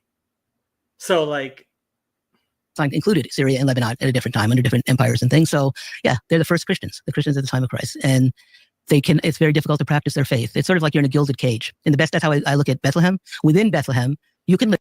You're in a gilded cage within Bethlehem where actually Israel is protecting you. Live there. But you can't go and visit your friend who lives near Jacob's well in Nablus without taking it. In fact, the priest in Bethlehem just told me the other day, his wife is from near Jenin, which normally would take you about an hour and a half to get between the two. Her father has prostate cancer. In order to get treatment, there was only hospitals, nothing in the Northwest Bank to deal with it, either in Jerusalem or in Hebron, which is south of Bethlehem. And last year, or a couple of years ago, he was able to go to Jerusalem with a permit to get the treatment. But this year, the Israelis wouldn't let him. So why? Why would the Israelis not permit Palestinians this year into? Why would that be? Like, did something happen? Took him over 5 hours to get down to Hebron, and a man who's old and sick to doing things. So whether it's for those kind of activities or practicing your faith or visiting your relatives, which is part of Christian life too, right? You want to celebrate the holidays with your family and friends. It becomes very difficult to do. The reason I'm asking these questions, well, first, I think it's worth worrying about Christians who are the minority population. Well, it's worth worrying about Christians in general. Yeah. Why didn't you complain to the Palestinian Authority? But the United States is a majority Christian country that pays for a huge percentage of the Israeli economy, both through trade and direct grants and military assistance and all the rest. Israel couldn't exist without the United States. So, and it has the support of so many Christians in the United States. And I don't know if they're fully aware. I want to think they would care if they knew how the Christians are doing. And I keep reading that the Christian population in the region has declined dramatically since Israel became a state. Yes, it has. In the Muslim regions. Idiot. Hello, my name is Adam Ferrari, the Chief Executive Officer of Phoenix Energy. I look forward to you. 48, and I'm not quite sure why. Well, again, I think it has to do because the whole issue is that Israel has continued to grow and think that they can dominate the Christian areas. So like all of the Copts who are living in Los Angeles, who left Egypt, it's because of Israel. All of the Christian, like from Iran, from Iraq, from Lebanon, Syria, like basically every country in the Middle East, it's because of Israel. Like, this woman is an anti-Semite. The areas of Palestine, so they make it very difficult for anyone else to be able to live there. As simple as that. But you would think Christians would get a special pass or dispensation because the United States is the great patron and it's a Christian country. And she says, no, and pay attention to this. She's like, no. They hate Christians. They treat Christians bad. And then listen. No, because, well, the problem you have is one with the Christian Zionists, the ones who don't recognize the Christians in the Holy Land as being fully Christian, apparently. Because why would I have a very hard time understanding why someone who calls himself a Christian and then gives money to support the building of settlements. Do we understand what that means? The settlements are in the areas of Palestine. They're taking over the land that belongs to the people of Palestine. And this has been going on, like I said, I've been there since 1996, and I've seen the continued growth of the settlement. I lived in Bethany, biblical Bethany. Beyond and over the mountain, Mount of Olives, was the convent I was in Jerusalem. And to the east of me was the settlement of Mali Adumim in 1998. It was a relatively small settlement then. And then you go down the road to Jericho. It was one lane. It's now a larger highway. And that settlement of Mali Adumim is like a huge city and has closed off the people of Bethany. We are closed off in Bethany from going to our convent in Jerusalem because of the wall that was built on Palestinian land, on Christian land. There's a Christian home for boys that the Israelis just took over and cut up to make part of the wall that's separated. So it wasn't done for security to build that wall. It was done simply to... It wasn't done for security to build that wall. Yeah, actually, yeah, it was. And the wall has worked wonders. Expand the borders of Israel. Wait, so they went right through Christian land. Did Christians in the West say anything about this? Very few. I mean, there was, and also on that stretch, at the lower end of the Mount of Olives, there was a nursing home run by a Catholic church, and the nun that was in charge, she spoke to the French press, and soon after she was she was sent to Lebanon or to another post. Wasn't allowed to be there. Me, at the same time, the wall was built right beyond Lazarus's tomb. Our school is walking distance from Lazarus's tomb, where Martha and Mary lived, and they built the wall right above where the tomb is. So that separated some of our teachers from being able to come to school. It separated our families on either side of the wall. So in April of 2005, I went to Washington and spoke to some congresspeople, not to Why was anybody listening to? Oh, right, because she has lots of connections and she's George Stephanopoulos' sister. And mean Jews, or not to even demean the state of Israel. Yeah, to demean Jews and to demean the state of Israel. Say, look, we are being affected by this wall. It's affecting our religious life. I can't go to visit my convent easily anymore because of this wall. Why is Israel like, there's no security concern, right? None, absolutely none. Zero. It's disrupting our school life, and we'd like to see it's not for security. It's not separating it's Israel not for from security. It can't possibly be for security. There's Israel just wants to be mean to Christians. That's the only reason they would do this. The only reason, they just want to be mean to Christians. There's no other reason in the entire world. Jews just hate Christians. That's the only reason. Palestine. It's separating Palestine from Palestine in the two. I get back home. I'm sorry, what kind of reception did you? So you went to Congress? Yeah, and a handful. Actually, I remember a very sweet occurrence. He's died since, but Senator Paul Wellstone of Minnesota, I was scheduled to meet him, and he wasn't there. But then he came, and he literally ran down the hall to catch me. So there were a few people that were sympathetic, but overall, no. And I even felt the sense when I was talking to people that like I went to a meeting where there were a few aides there of different Congress people, right, not just in one office, and just felt as if there was someone there watching what I was saying or doing going on. So anyway, so I get back. Did you meet with any Christian church leaders here in the U.S.? Unfortunately, I mean, the Catholic Church has done a lot and said a lot, but I sad to say, I feel the Orthodox Church in America has been very reluctant to speak out on this issue. Why? Or to get involved. Maybe sometimes I think it's just simply awareness. Even when people go on pilgrimages to the Holy Land, they probably have Israeli. She thinks that the Eastern Orthodox have less knowledge than the Catholics. Think about that. Think about that. Seriously, think about that.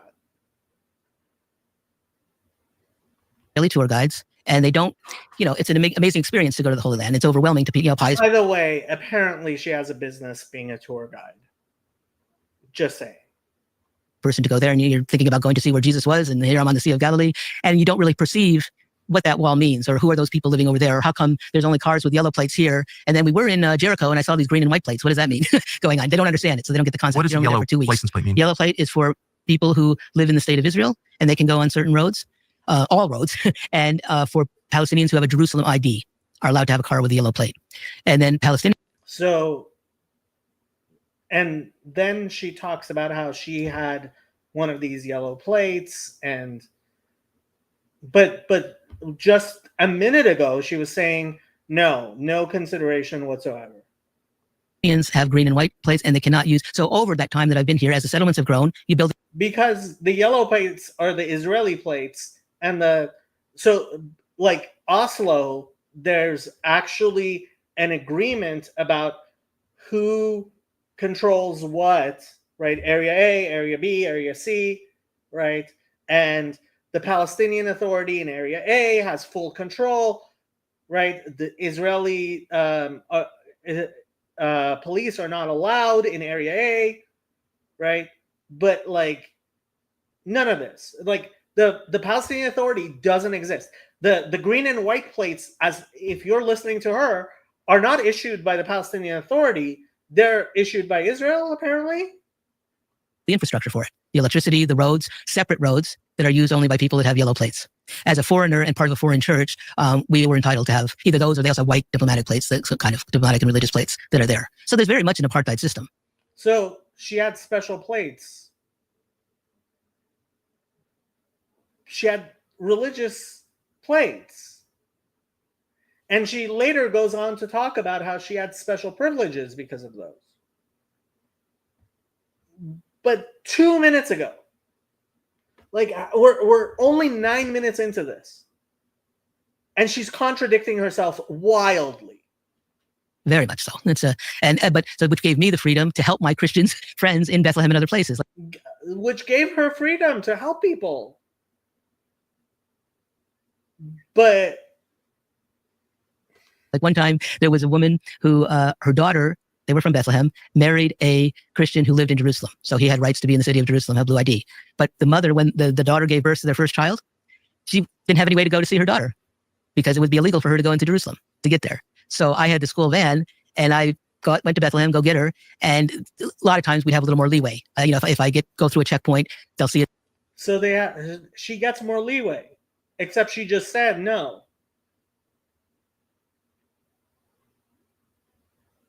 Like, am I the only one who's like, within 10, it's been 10 minutes total into this video.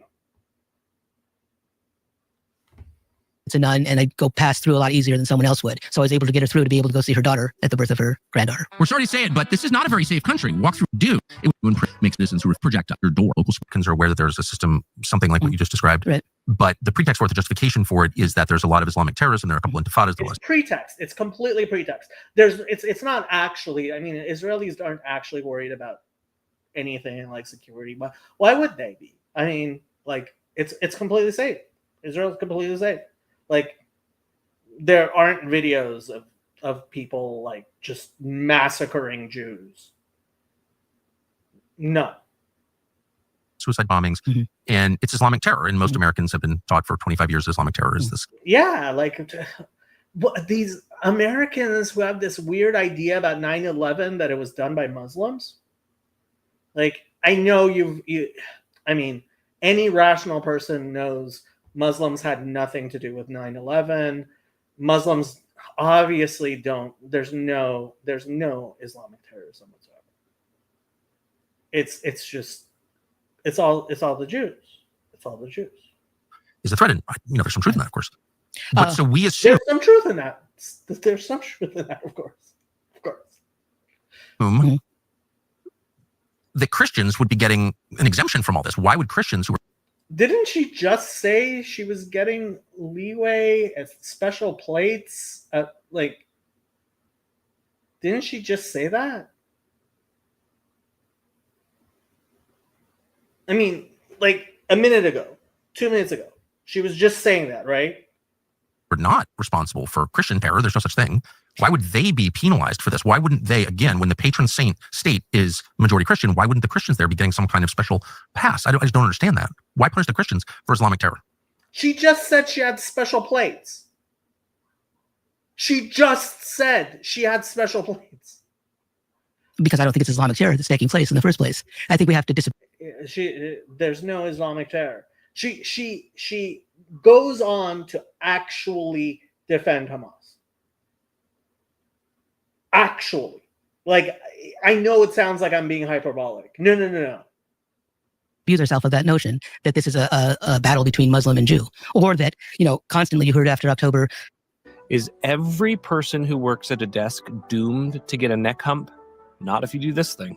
The October event was that Hamas. The October event. After the October event. Listen to this. I don't think it's Islamic terror that's taking place in the first place. I think we have to disabuse ourselves of that notion that this is a battle between Muslim and Jew, or that, constantly you heard after October, the October event was that Hamas. Even to this day, we hear it's Hamas, yes. Hamas. What is Hamas? Hamas are people who have had their homes taken from them, who, if they live in Gaza, have not been basically been in an open air prison for certain.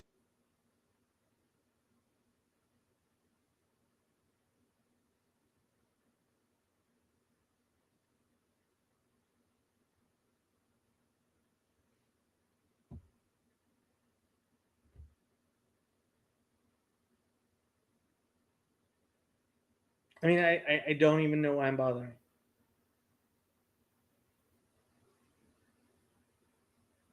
What is Hamas? What is truth?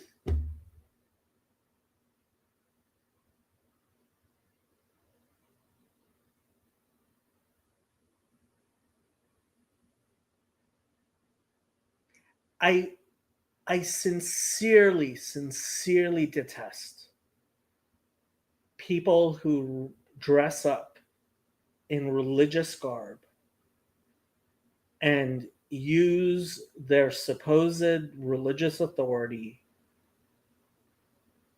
to push a particular agenda.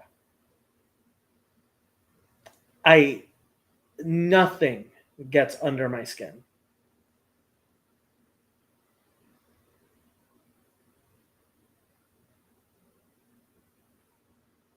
I am not. I seriously looked. She doesn't even appear to be affiliated with even one of the schismatic groups anymore.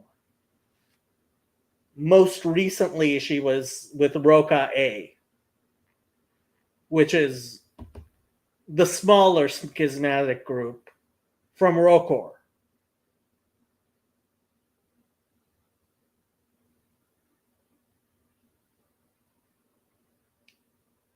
This is not a canonically Orthodox woman.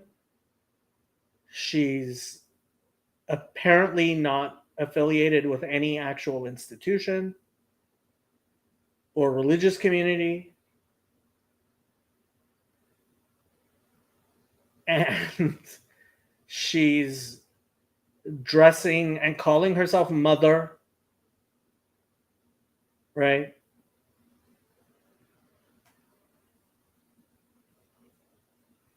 And her progression from the Greek Orthodox Church in which she was raised, in which her father was a prominent priest, to dismissing him as not having even given her a hint of Orthodox life, as a new calendar, like completely dismissing him as a new calendar Greek Orthodox.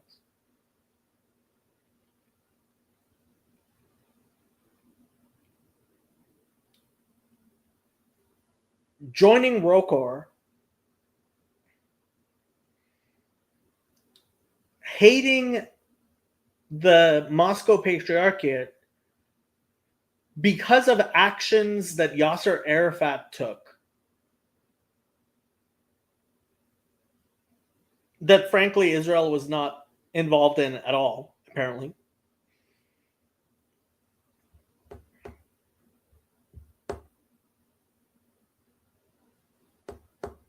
And then leaving Rokor because of that, and I have no idea why she left Roca A, but apparently she did. I could find no affiliation, could not find her affiliated with anything. So I'm guessing, like, she's burnt a lot of bridges, and this Tucker interview is probably going to help propel her back into the spotlight.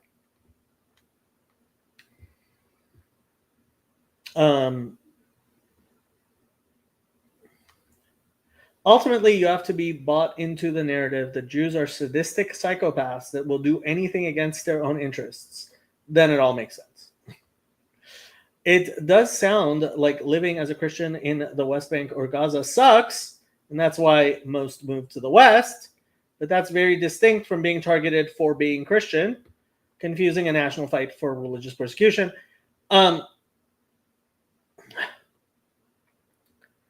Living as a Christian in the West Bank sucks because of the Palestinian Authority, not because of Israel.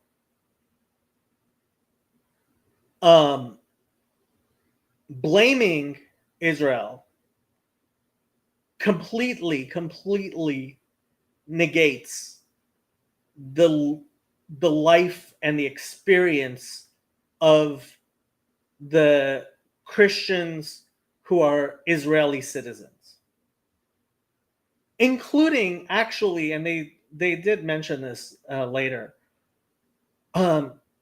large numbers of Russians who moved from the old Soviet Union, many of whom are reverting to the Russian Orthodox Church,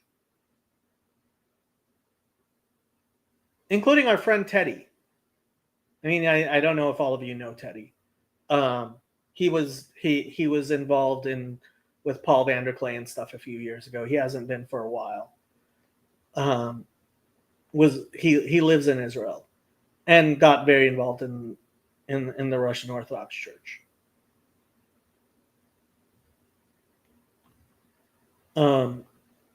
The last 20 years going on. Even when the Israelis withdrew from Gaza, they didn't leave open borders. There was no freedom for people in Gaza to develop their economy. If I know people who wanted to try to go to school in America and couldn't get out of Gaza had a Fulbright scholarship and weren't able to I leave. mean, couldn't get out. Israel didn't give him permission. So what kind of freedom is that? Is it Israel who didn't give him permission? Because Gaza also had a border with Egypt, has a border with Egypt. So why don't they ever mention the Egyptian border? Oh, right. If you live in Gaza, They couldn't even fly out. no, and their airport had been bombed in 2000 and early on. 2000, there was an airport built soon after the Oslo Accords, but Israel has intervened many times in Gaza and little by little destroyed. When I first went there in 2002, after the second intifada started, I remember saying to my mother back home, this is genocide, even that genocide by Chinese water torture. But now we're seeing genocide on steroids. You're American, I should say. Yes, I'm born in America. Yeah. Does she mention the fact that there's an ongoing genocide of Christians in Egypt, Nigeria, Sudan, Lebanon, Syria? Lived in America.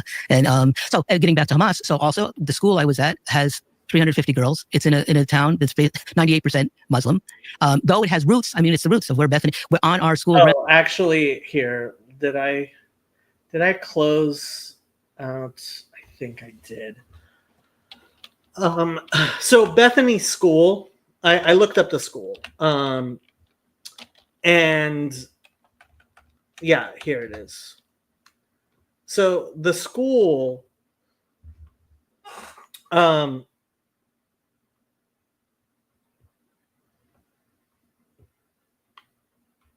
where's the, I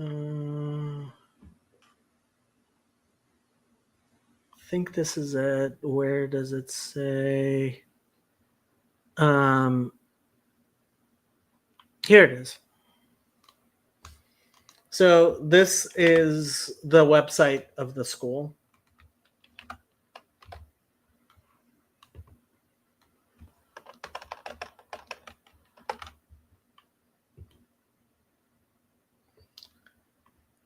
With ages ranging from 4 to 17, we finished the 2018-2019 school year with 439 girls enrolled in our school. Students follow an academic curriculum in accordance with Palestinian standards. Yeah. With focus on Arabic and English language, as mathematics and natural sciences. Additionally, all students are required to study the Russian language starting in the 3rd grade. Studies of religion are taught separately for Christian and Muslim students. Almost all the students are Muslims. And they follow the curriculum of the Palestinian Authority. And like that other article, the First Things article, explains. So yeah. That's the school. So let's go back to where were we?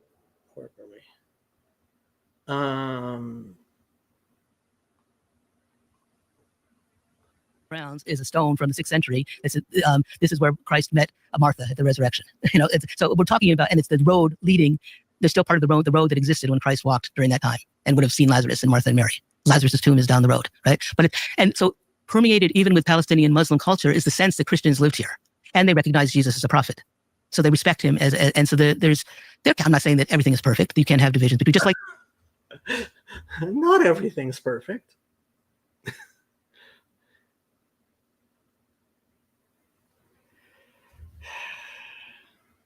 even with Christians, some Christians might think we should have allow politics to be in the church or legislate Christian morality.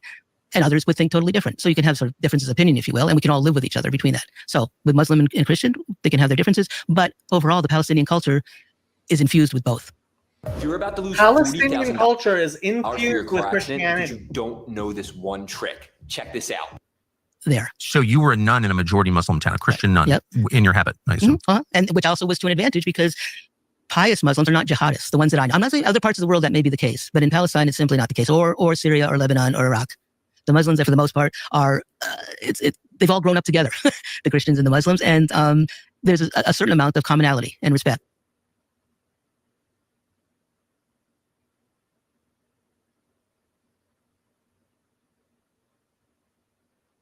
And so me being dressed like this was just like many of the women there, right? So they kind of respected that. There's the same sort of conservative culture. There's the same sort of idea that we're both have some same basic values of compassion. What if you didn't want to dress like that?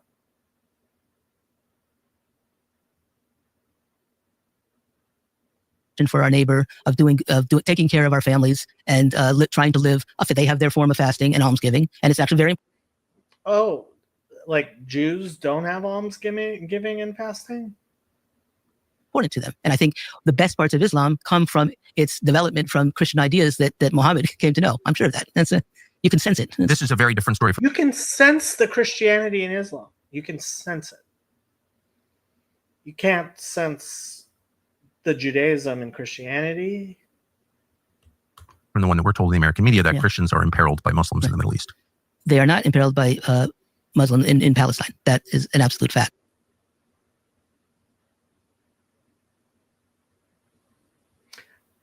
What happened? Why did the Christians leave Gaza when Hamas took over?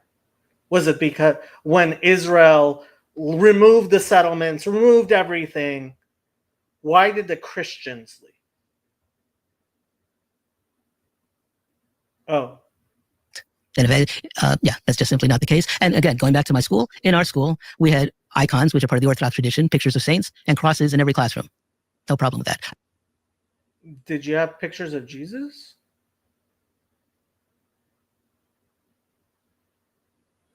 Were there icons of Jesus? I really wonder. I truly wonder if icons of Jesus were allowed. In fact, let me check. Let's ask Grok. Grok, do Christian schools in the Palestinian Authority have icons of Jesus? I hear that they have icons of saints, but I'm wondering specifically if there is an issue with Jesus. I'm just guessing. This I might be wrong, so I'm checking. I don't want to say something that's not true.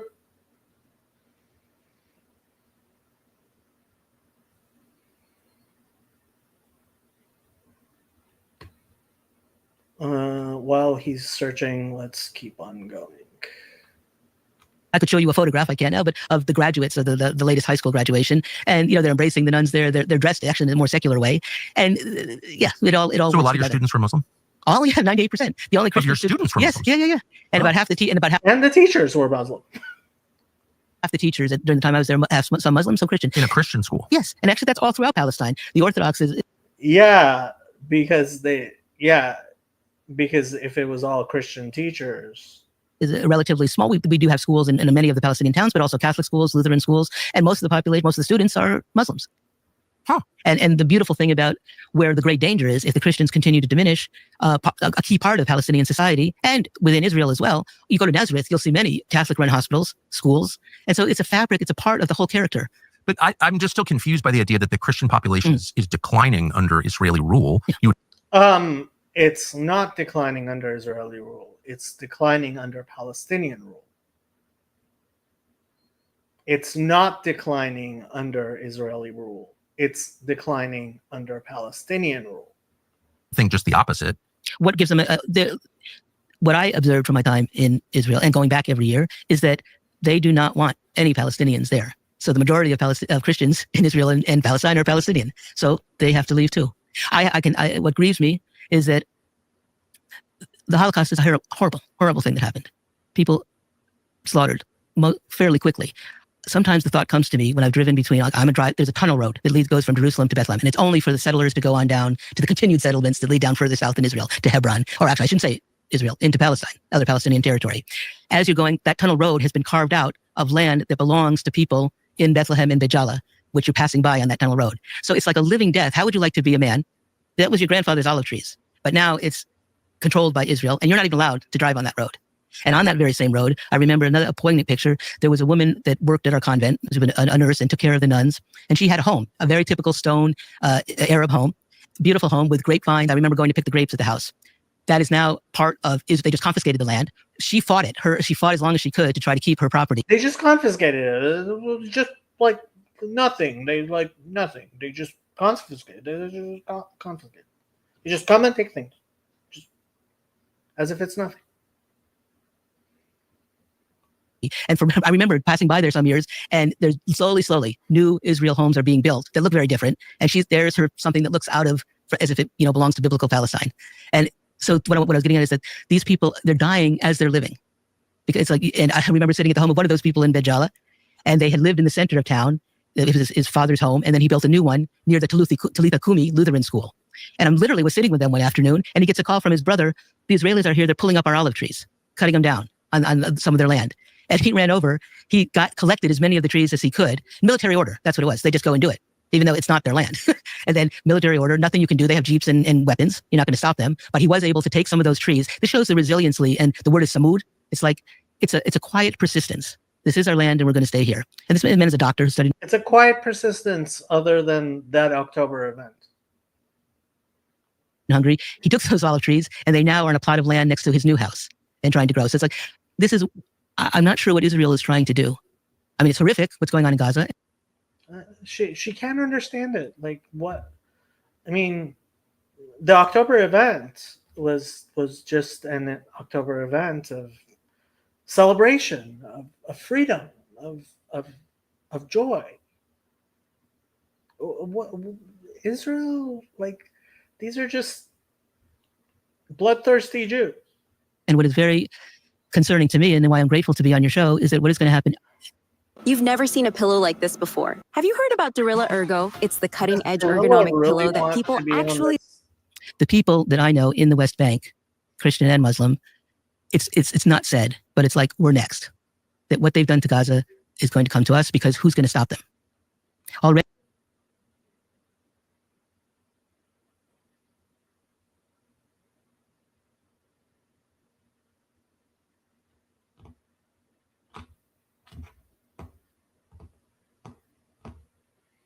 I mean, is she just delusional?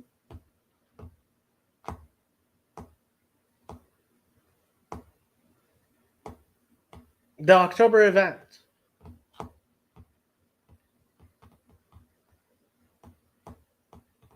What is Hamas? What is Hamas?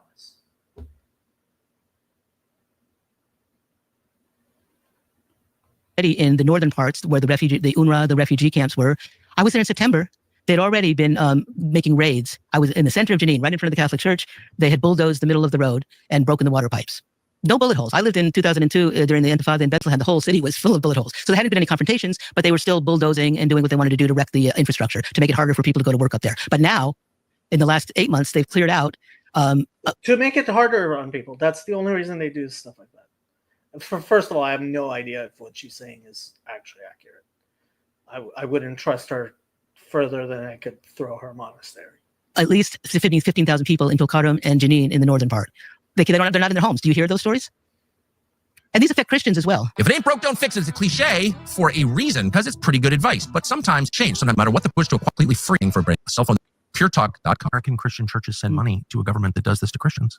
Well, I think the ones that send money that support the settlements are obviously the Christian Zionists. There's an organization called Christians United for Israel, Pastor John Hagee. I was in Washington a few weeks ago because, they had a conference in Baltimore. So it's slowly growing an awareness by other Christians in America that just like many Jews are protesting and saying not in our name, and Jewish voice for peace, there has to be much Jewish voice for peace. More done by the Christians in America, because these Christian Zionists are speaking in our name. Someone like Ted Cruz, Senator Cruz, is saying and doing what he's doing because he's following a Christianity that is not the Christianity of the Holy Land. It's not the Christianity of a Catholic or an Orthodox or traditional Christian. It's a heretical belief. What is Christian Zionism? Mm-hmm. As far as I understand it, they believe in the idea of the rapture. They believe that it's sort of this cruel bargain they have going with Israel, because basically what they say that they're going to be swooped up into heaven right? And then there's going to be a 1,000-year kingdom. And then there'll be the end of the world and the judgment by Christ, and he'll come back. This is a false, it was condemned as a heresy in 381, because basically there is no 1,000-year millennium to come, no 1,000-year period. The end, we are in that time period now. And so it's a false belief there. And so basically what they're arguing is that Jesus coming the first time wasn't enough? So now you don't believe in the second coming of Jesus?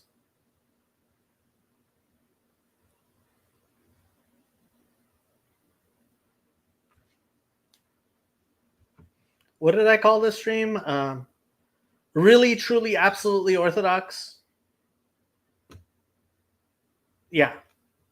Yeah, it's like, in a way, it's denying the Messiah. As an Orthodox Christian, the most important thing in my life is that we receive the body and blood of Christ. And we prepare ourselves to receive that body because Christ came as God and as man. And if you read John, it's actually 6. Tell that to Muslims. See what they say. Let's see what Grok came up. Christian schools in the Palestinian Authority, which operate in the West Bank and Gaza, are primarily affiliated with Eastern Orthodox, Oriental Orthodox, and Catholic denominations, where religious icons, including those of Jesus, are a standard part of worship and education. These schools often incorporate Christian religious instruction and symbols, and there's no evidence of a specific prohibition or sensitivity around depictions of Jesus distinct from other saints and figures. Okay? I guess I was wrong. No evidence of cultural and political context. Icons of saints are common in Palestinian Christian communities, but Jesus is central and not avoided. In fact, he's often emphasized in local narratives, Jesus as a Palestinian messenger. Icon production in Bethlehem includes Jesus explicitly, and there's no documented issue with his depiction in schools or elsewhere. Sensitivities might arise in mixed faith settings due to Islamic views on depicting prophets, but Christian schools operate as private institutions with religious freedom to display such symbols. I know that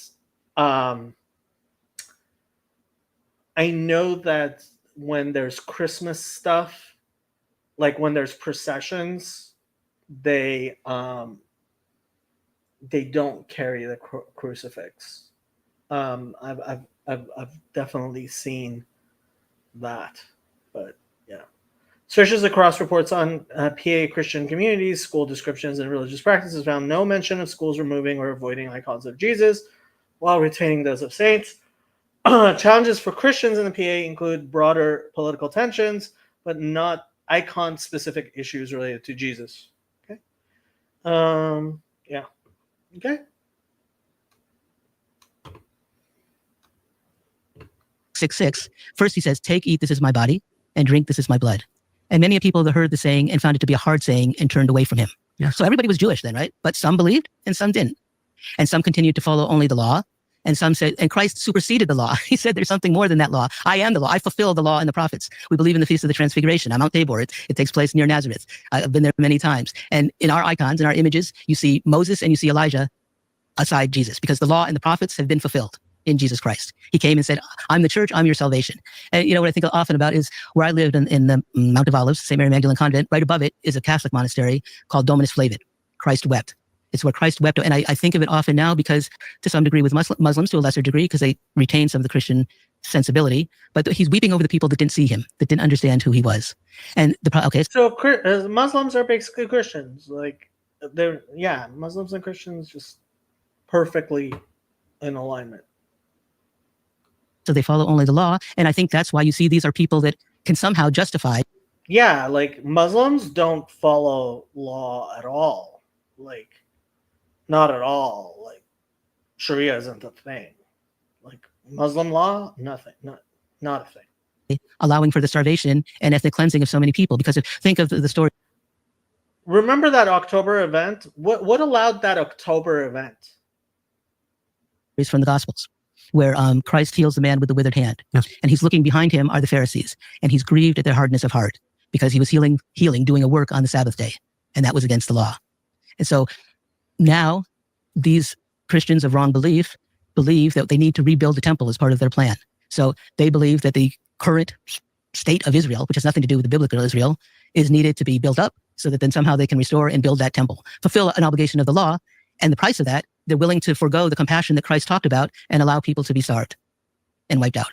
And Christians in America have to understand that you're allowing both people who support the state of Israel, who are Jewish, and those Christians who think they're doing something in the name of Christ when it's far from the name of Christ. I hope not.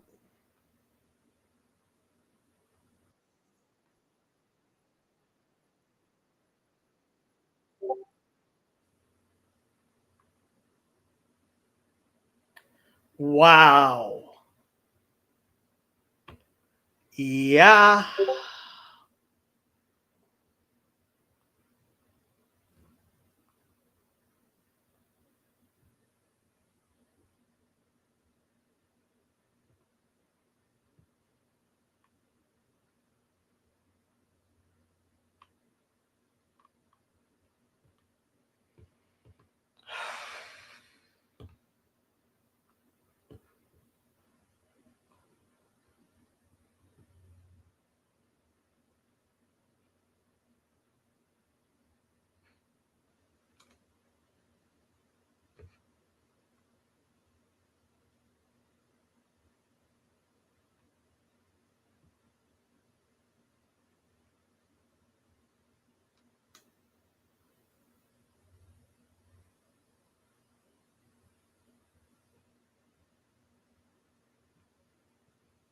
Okay, can you guys hear me?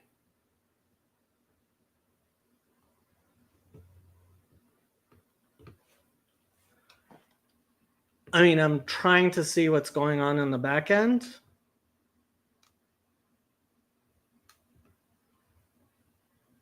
Okay, so apparently it's back.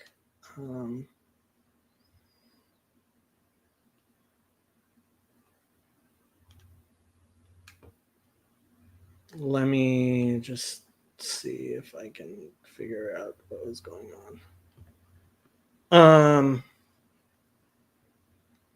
Okay, so appears it's fine. Okay. I don't know where it's what exactly the policy violation was that I briefly had, but I apparently for a little bit did have. Thank you for the people who let me know.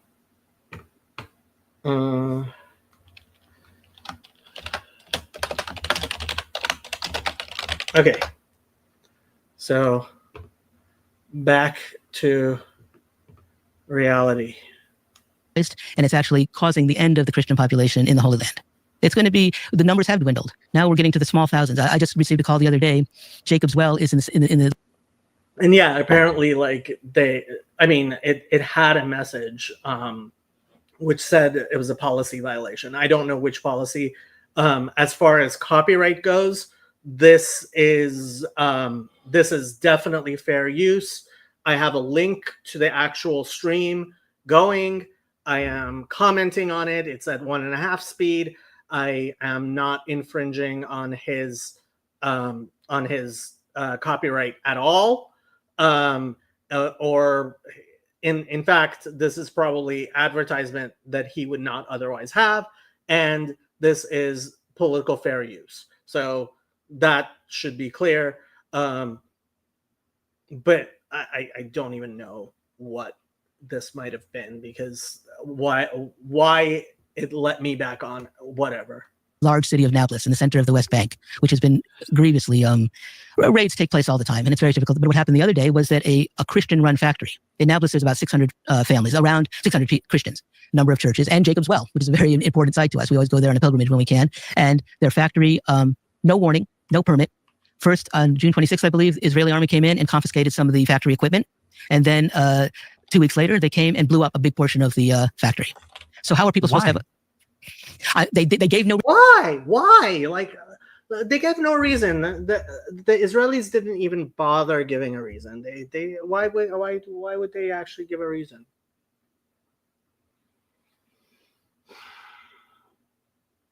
I mean, honestly, I'm tempted just to stop and be like, I hope it's clear, like, what she's doing here. Why she's doing it is not clear to me. Is she caught up in a certain belief? I mean, she's obviously a weird kind of person. You know, when I was in Israel, it was very obvious the difference between the Palestinian areas and the Jewish areas. And when you're an American, you wonder why it's not, it's why things aren't built up in Palestinian areas. Until you find out that when Israelis try to build infrastructure in those areas,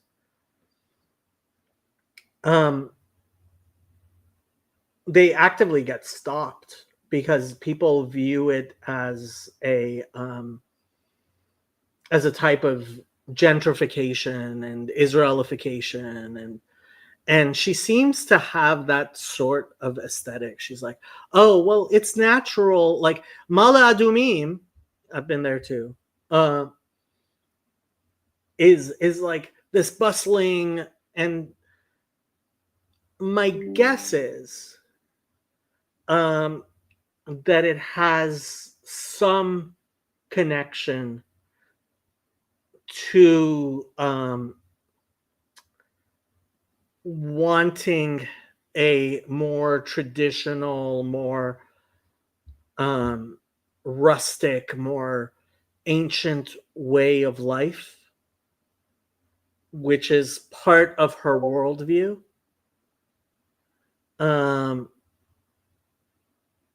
Yeah. Gideon says, I did an interview of an EO from Gaza that I think would be more fruitful to review if you'd be interested. He's very critical of both Israel and Hamas. He also agrees that anti-Semitism is a bad thing and a real problem. Do we want to switch to Gideon? When did this was 2 weeks ago. I don't know why. I'm subscribed to your channel. I don't know why it didn't show me this. Here, maybe this will be more fruitful. Of course, I'm not gonna do like this entire thing because it's 1.5 hours and I am going to bed. But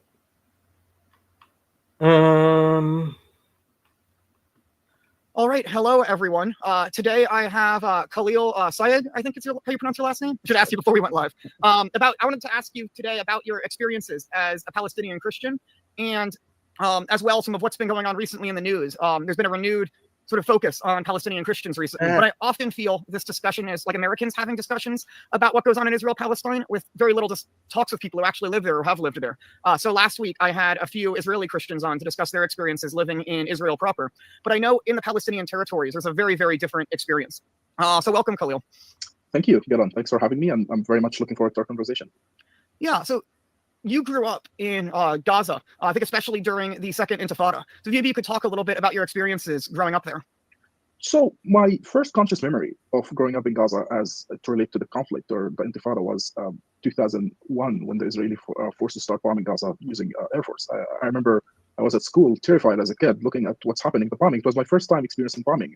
We've experienced the military checkpoints and other means of oppression that existed, but not really the bombing that we have seen. And in the Second Intifada, I remember experiencing what my family have told me for so long, that the Israelis have uprooted our family from the village that they belonged to in 1948, that they were forced because of war to leave, and they were never allowed back, that their property was confiscated, etc. So all that was conceptual to me. And in the Second Intifada, it became reality where you feel it. So there was this bombing that terrified the people in Gaza. People would be killed, etc. But on the other hand, there was also the other system of oppression, which really restrict the freedom of movement of Palestinians in Gaza, and that is the checkpoints that existed. That was before the Israelis withdrawal from Gaza in 2005. Those of you who know, Israel withdrew in 2005 and issued a very strict siege after they left. And that was at a time when settlers were still living in Gaza. That is, Israeli civilians who live in the occupied territories of Gaza, and there were about 4,000 settlers living there. But imagine, the 4,000 settlers were controlling the freedom of movement of the 1 million Palestinians. Now we're 2 million, but we used to be 1 million, controlling the water resources, the land, etc. So it was a very suffocating situation during the Second Intifada. Yeah, maybe we can go back there as well to your parents. You mentioned, I think it's your grandparents, right? We're living in what's now Ashkelon, I think you mentioned, and were driven off. Because growing up, I heard a very different narrative than what I've now been reading about happened. Because growing up in a Jewish family, I remember we visited Israel, I think I was around 14, with a close family friend.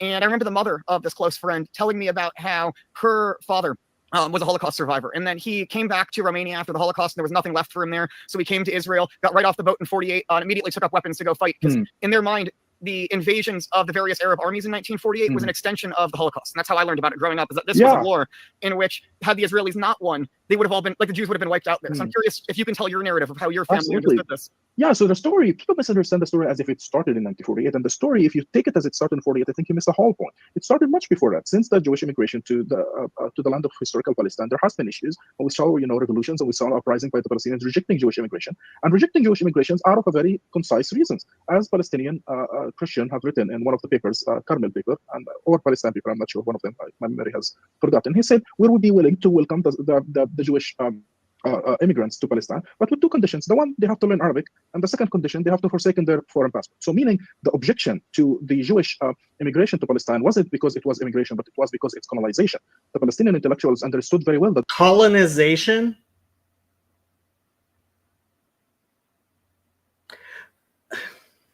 He's definitely bought into a whole narrative, which Jews had been living there for thousands of years. Before the Zionist movement, Jews would constantly go back. There were, Crackpot History did a really good job on this narrative. We've gotten into a battle of narratives that really bothers me. There are acceptable narratives, and there are not all narratives are equivalently true. And just because a narrative is convincing, I'm reading this book not out of Africa. There has been in scholarship for the past 60 years this view that history is oppression. The study of history is oppressive. And it's all narrative. It's whatever facts you want to talk about. There is no real objective way of looking at history. I really hate that. I really, really hate that.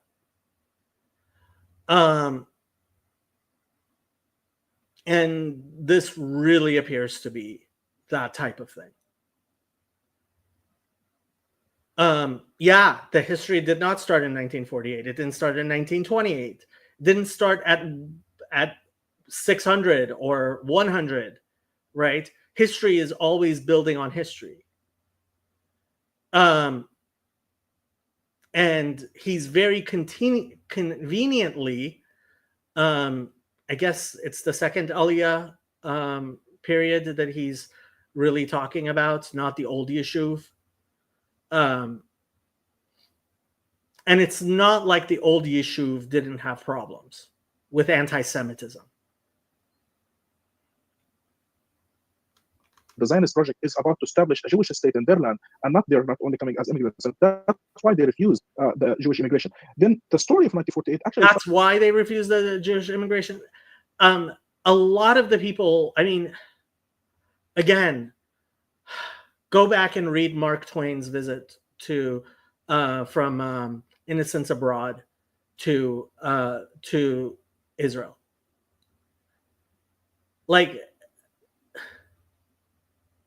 he's very conveniently starting the history at a very particular time. In 1947. The Palestinians and the Jewish residents at that time, Jewish residents later become Israelis, have clashed over the declaration of the independence of Israel. Israel has started already in 1947 to push Palestinians out of their villages and out of their homes, etc. And this influx of refugees to the Arab lands, the neighboring Arab lands, have pushed the Arab armies to come. But even Israeli historians like Avi Shlomo pushed the Arab so history starts at 1947, 1946, and 1945. Would argue that even the Arab military who invaded Israel to fight against the new born state of Israel weren't really after destroying Israel. They were after taking each piece of land out of what's the property that should have belonged to Palestine. This is completely untrue. This is completely untrue. That is not what the Arab countries were looking to do. The British mandate, I mean, do we want to talk about the Ottoman times? Like, he is starting history precisely when he wants to.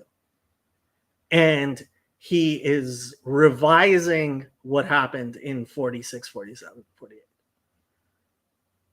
Completely revising what was going on with the Mufti of Jerusalem, Hussein, what was going on with Jordan and Egypt and Syria and the possibility of a pan-Arab state. Like, I'm guessing this is the story that he's been told. This is what he grew up with. Unfortunately, it's not very much based in fact. And so that's, I think, the narrative. But here's the thing, even if all that story is true, that the Zionists are telling themselves, that Palestinians just left by themselves, that, the Arab military... No, that's the thing. Even if it's came to carry out a Holocaust, whatever. Let's assume all that is true. What happened to my family after 1948 is that even families who remained in what's today known as Ashkelon, used to be known as Majdan, were forced out to either Lod or to Gaza Strip. Even after the war is over, they were forced out. And not only that, they were never allowed back. So assuming that it is, the fog of war or because of war or whatever, the people are forced to be refugees. You'd expect after 2 years of stability, after the war is over, that you will allow people back. So no, they weren't allowed back. And as Ben-Gurion has said very, very, very clearly stated that we cannot have a Jewish state without population transfer. And population transfer is just another word for ethnic cleansing in my mind. Population transfer was what was going on throughout the former colonies. Look at partition in India. Look at what was going on all over the place, including population transfer of Jews from Muslim lands. So he's making it sound like it was just the Israelis who were talking about population transfer. In 1948, everybody was like, yeah, population transfers. There were lots of population transfers. And what kills me is Pakistan just ejected 1 million Afghans. Nobody talks about that. Recently. Mm-hmm. Yeah, I think that then sets the background. So your family were already refugees, right? Being here then in Gaza. And then as well in 67, then Israel takes over Gaza and is imposing all these restrictions. As I mentioned, this restriction of movement for this very small settler population. How was it being a Christian in Palestine? Was being a Christian in Gaza a significant difference from had you been a Muslim there? Do you think it's more that this was a national struggle, or was there also a religious aspect to it? I think it's a national struggle, but the fact that it's national struggle does not mean that there are religious actors who would understand it in religious terms, right? Mm-hmm. Like if you think of it, this is one of these conflicts where every almost sect and religion has its own interpretation. I mean, Christian Zionists would look at it as apocalyptic conflict that involved end days, etc. Muslims look at it, some of them. The Shiite would look at it as this part of also end days time that relates to Mahdi, etc. Sunni Muslims see it as the promise of God for them to liberate Jerusalem. Again, Jewish people would look at it as the promised land, and God has promised it to them, and they have to be their settlers out of the Jews. Would say that it's related to the coming back of the Messiah. So each. By the way, Gaza is not part of the promised land. It's not. The crazy Zionists have their ideas, but like I have said many times before, I know Jews who live in Israel who will not go to Eilat because Eilat is not considered part of halachic Israel. Many religious Jews in the Haredi population will not go from Jerusalem to Eilat because it is considered not part of Israel, even though it's not disputed at all in terms of territory, et cetera, et cetera, et cetera. The religious sects understand it in their own terms. Palestinian national movement itself, I think, is pretty much was a secular movement early on, especially, the Israeli movement was secular earlier on. Before 67, the Israelis were secular. They did not have this idea of like, this is our promised land. No, they thought, oh, like this is our best shot for a place to go and live. So they did not have this idea, which is the framing that he's giving it, right? That, oh, they thought this is our land, so we're going to, no, like what the Jewish National Fund was doing was buying land as they could, right? And so, yeah, like this is a very one-sided history.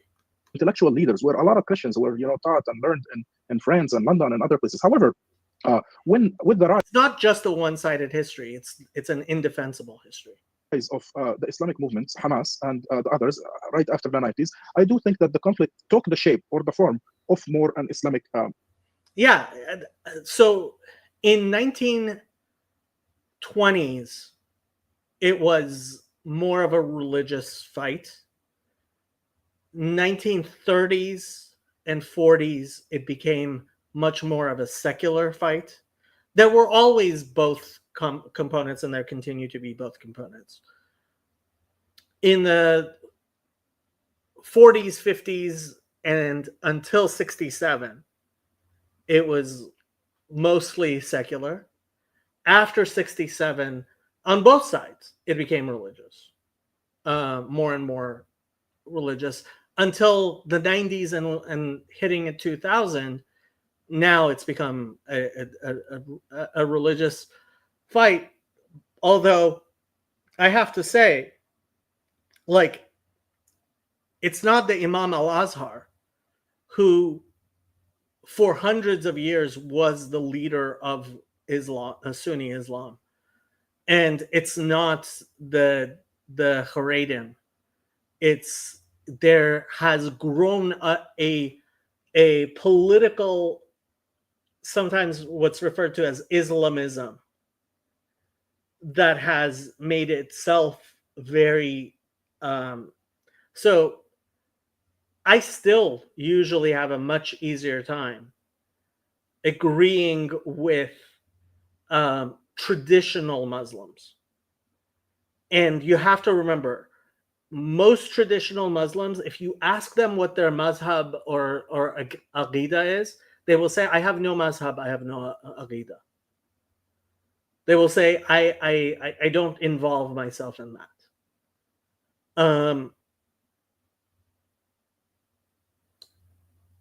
Yeah, the Muslim Brotherhood, on the other hand, and the Salafis, and so these people have an aqidah and have a mazhab, and they it's very important to them, and much of it has become incredibly politicized. And similarly, I would say with the religious Zionists, it's become very politicized versus Jewish conflict, but it was never this way. The people themselves understand very well, the majority of them, that's not the case. But today it's growing more and more that perhaps almost the majority of Palestinians understand it in religious terms, and a lot of Israelis understand it in religious terms as well. As it portrayed to my own personal experience, as a Palestinian, I really never felt the difference between me and my Muslim brothers and sisters. We're under the same oppression, under the same occupation, we carry the same passports, etc. However, when Hamas took control of Gaza in 2006, I start feeling the difference between not being Muslim. Because when Hamas started Islamizing the society, and Islamizing the public square, it starts feeling uncomfortable for Christian. And it's funny, but like he doesn't seem to understand that in the 20s and 30s,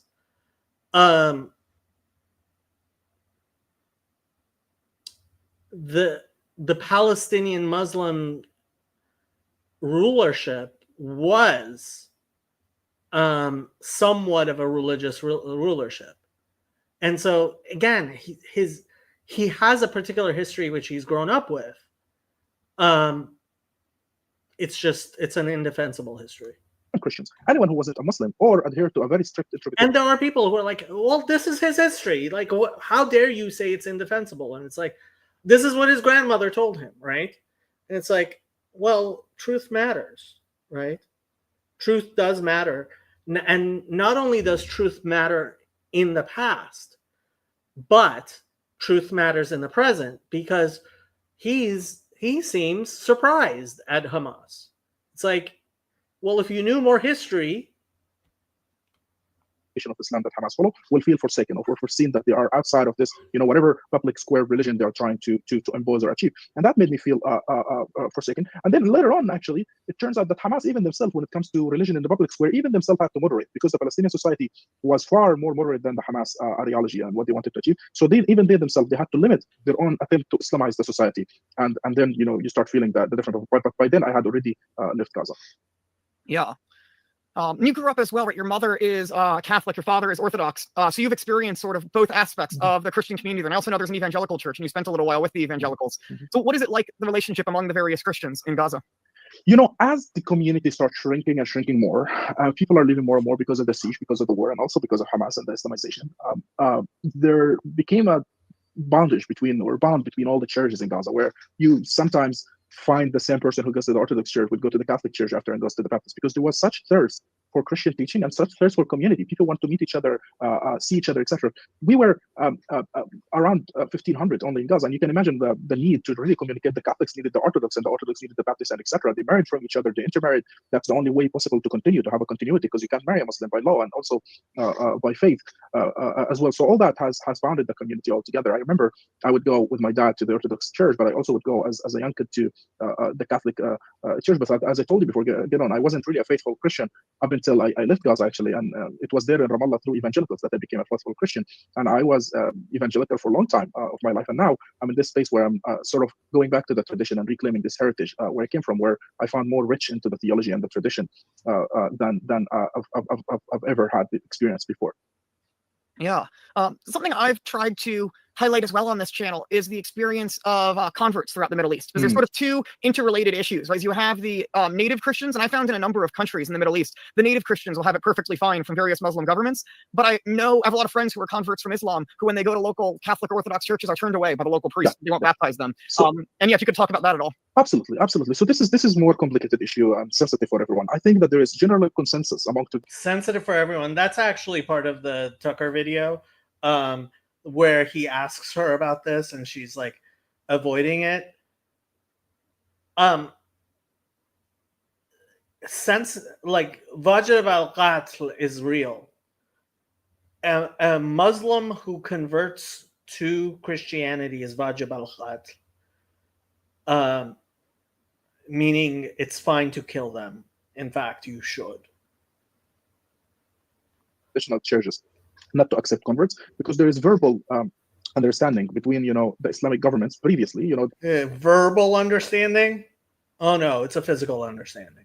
Since the Khilafah and the churches, that one of the conditions to allow the churches to worship freely is to not accept converts. So right now we have secular governments and we have new laws. The church still sort of follow the old law and the old sort of verbal agreement, despite that by law, like by Palestinian law, there is no restriction over conversion. You could convert legally. I mean, obviously in Gaza it's different. Under Hamas, you get tortured, imprisoned, etc. But in Palestine, obviously you get tortured and imprisoned. Like obviously, it's obvious.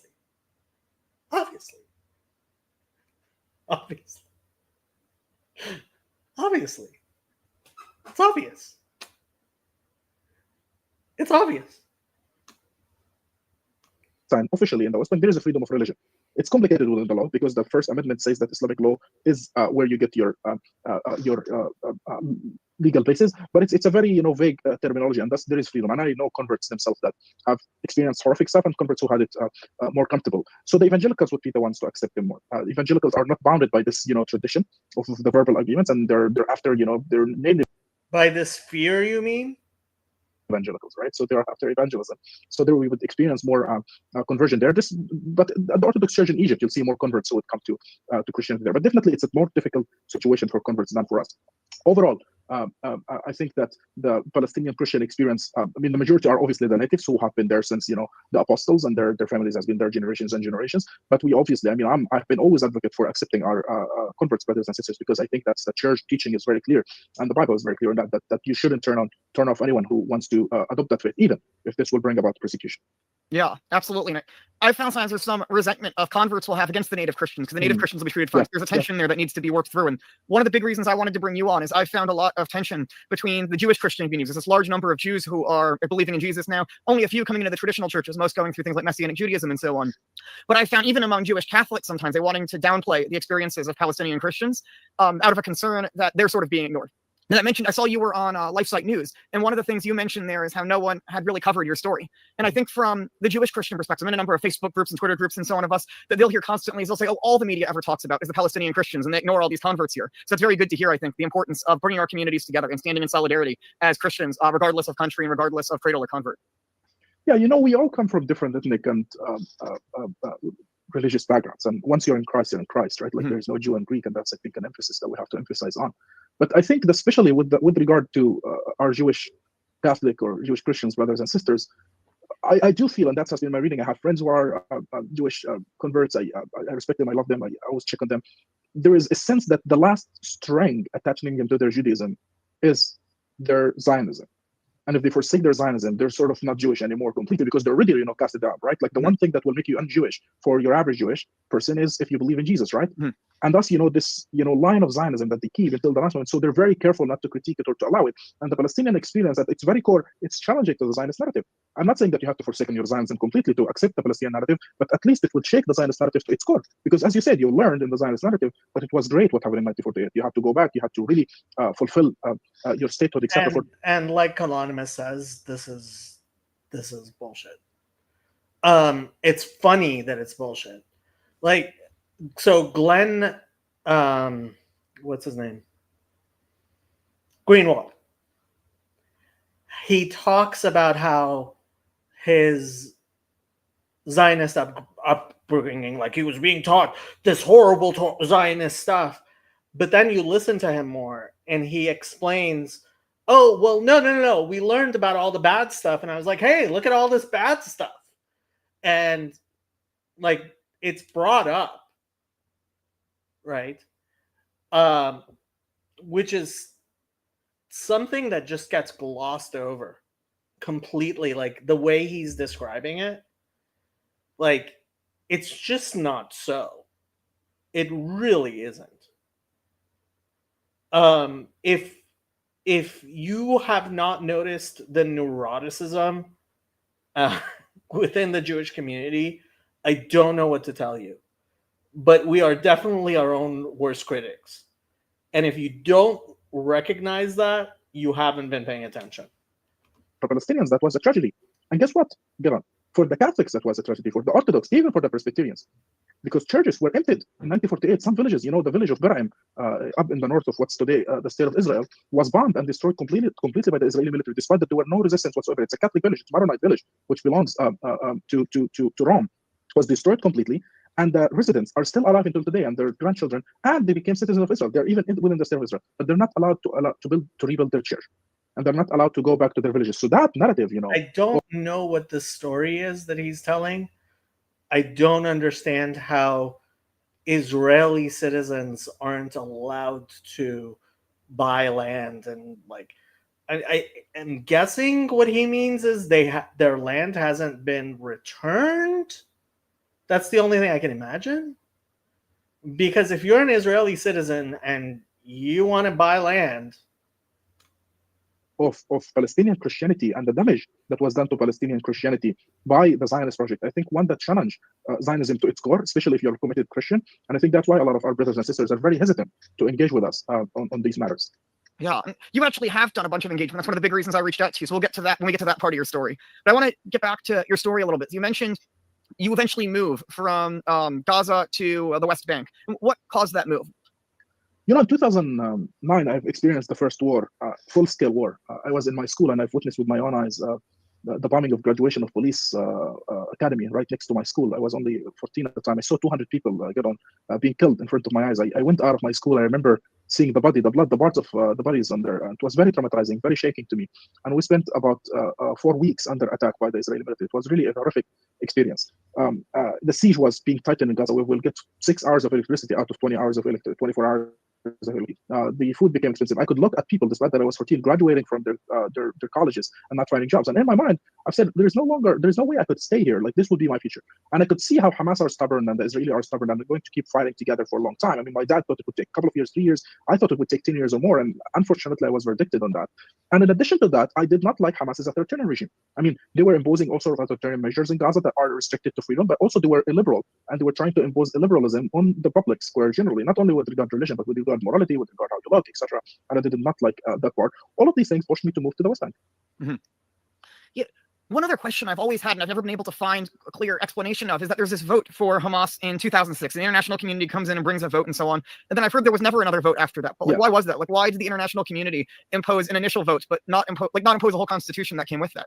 So what's interesting is that they imposed 2 elections, and people usually focus on only the first election. The first election happened in 2005. That's a presidential election, because Palestine is a presidential system. That's according to the constitution.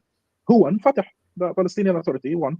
President Abbas became the legitimate president. His term is 4 years and should have served between 2005 to 2009. He is the president.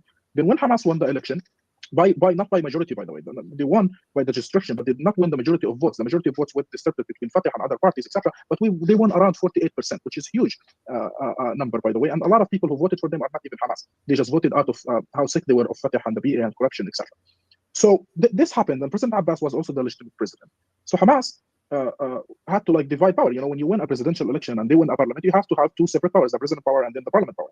Hamas wanted everything, basically. Now the critiques usually, and Western leftist scholar would write that Abbas didn't want, and that Hamas wanted to share power, but Abbas did not want. I saw no evidence for that whatsoever, except on Qatari-funded channels of Al Jazeera and others. I was there. I lived through it. The president was. I mean, funny enough, our neighbor, literally 2 houses from where I lived, I was quite involved. Although I was a kid, my dad was involved. I read the books, I read the materials, and it is Hamas who rejected that. And in addition to rejecting that, Hamas wanted a total monopoly over weapons in Gaza. I'm not aware of any system in the world where if you win a parliamentary election, you get to have monopoly over weapons. I'm not aware of the Republicans right now saying, well, I have to have a Republican military in the US because I won an election. So this happened. The BA obviously said no. They clashed, and Hamas controlled Gaza because also partly the BA did not fight back. Hamas controlled Gaza fully. And since then, there was no elections for 2 reasons. The first reason, the division between Gaza and the West Bank. The Palestinian Authority said we cannot have election when Gaza is not under a legitimate authority. And Hamas didn't want election in Gaza. And the second, because East Jerusalem is not part of the Israelis are not allowing election in East Jerusalem, the Palestinians want election in East Jerusalem. And obviously, the international community is not pushing for it because they understand that there is a high probability Hamas would win. Now, if you look at the statistics and you understand how electoral politics work in Palestine, there are certain months and certain years where Hamas would win election if it happened, and there are certain times where Hamas would lose. And that's the trick. Right now, if you hold an election only in Gaza, not in the West Bank, just Gaza, I think Hamas would lose 100%. There's no way they will win. If you count the West Bank too, there is a chance Hamas would win. Not very high, by the way. They're not like, oh, the most popular or whatever. No, there is a chance they will win. So that's, I think, where the situation is right now. International community is not pressuring for that. And we remain stuck with these 2 political systems. Yeah. So you moved then from Gaza to the West Bank to Ramallah. And it seems like the rest of your family stayed back in Gaza. Yes, unfortunately. Yeah. They stayed in Gaza. Mm-hmm. And yes, for those who don't know, I should mention that your father and your sister have passed away during this war. And we'll get to that when we get to that later part of the story. How old were you when you moved to Ramallah? I was only 15. Okay, so you moved on your own then at 15. I moved on my own, correct. Yeah. And when you're in Ramallah then, you mentioned that you sort of rediscovered your faith. And if you could talk maybe a little bit about that. Sure, yeah. So I wasn't anytime religious at all, or didn't really think of religion as much. And part of it is watching movements like Hamas and other religious movements in front of my eyes ruining our lives, right? And imposing things, etc. So religion to me was not a thing. And I remember, these 2 evangelicals who came out to me and started, preaching Jesus to me and challenged me to read the gospel with them one time. And when I read the Gospel of John, there was something striking about it that really captured my imagination, my heart, my thinking. I just looked at the personality of Christ, and you couldn't doubt that he is the Christ, the Son of God. You just couldn't doubt, even without thinking anything. And you couldn't doubt that he is the standard of morality, etc. And this transformed my heart, transformed my life, such as that I really want to follow this person, whoever he is. And as I said, for so long, that was through the evangelical church. I was evangelical fully until after I graduated from evangelical Bible college, etc. I think as I start taking more of many questions about the tradition, the history, etc., I find myself more and more being drawn into now to tradition more and the apostolic churches. Yeah. And were these missionaries who came up to you, did they know you were like nominally a Christian, or were they just going up to any random people in the West Bank? I think they knew. Yeah, they knew I'm nominally Christians. They were Palestinians, so they weren't like foreigners, or I think they were just evangelicals, Palestinians who were converted themselves as well. Yeah. And then once you were in the evangelical church, I think you spent a little while studying theology there, I think at Bethlehem Bible College, if you want to talk about that as well. Sure, yeah. So as I say, I went for theology school. I was, trained. Also, I had a pastoral internship at the Baptist Church here in the U.S. I was ready to be a pastor in that space. But around that time, after I graduated, etc., I think I start finding more and more discontent within, what have become the evangelical church generally. I became more critical of the way of worship and lack of centrality of Christ. The too much charismatic center and pastor center, etc. And I think that led me to take more positions. And until now, I didn't take a decision to publicly revoke my connection to the Protestant faith or anything. But I go to Orthodox Church, which is where I feel the most comfortable and where my family came and where I was baptized and where I feel mostly at home. And the divine liturgy of having Christ and also all the Bible from the Genesis to the Revelation presented at every divine liturgy and every move that you do at the church every Sunday. I think something that captures how I feel and how I think of theology itself, because that's the essence of all theology, right? That Christ is the center, and all these things from Genesis all the way to Revelation are fulfilled in this one person of Jesus Christ. And I like this about this our Orthodox approach that I'm practicing. Yeah. How is that similar or different to, say, the approach you were learning among the evangelicals? Especially, I heard in another interview you mentioned how there's this very difficult relationship between Palestinian Christians and the Old Testament. And so like you could talk about that. So I think that with regard to evangelicals, the difference is that the pastor can choose to talk about one specific subject once a week, and that's what you would be thinking. I'm looking at this guy's Twitter.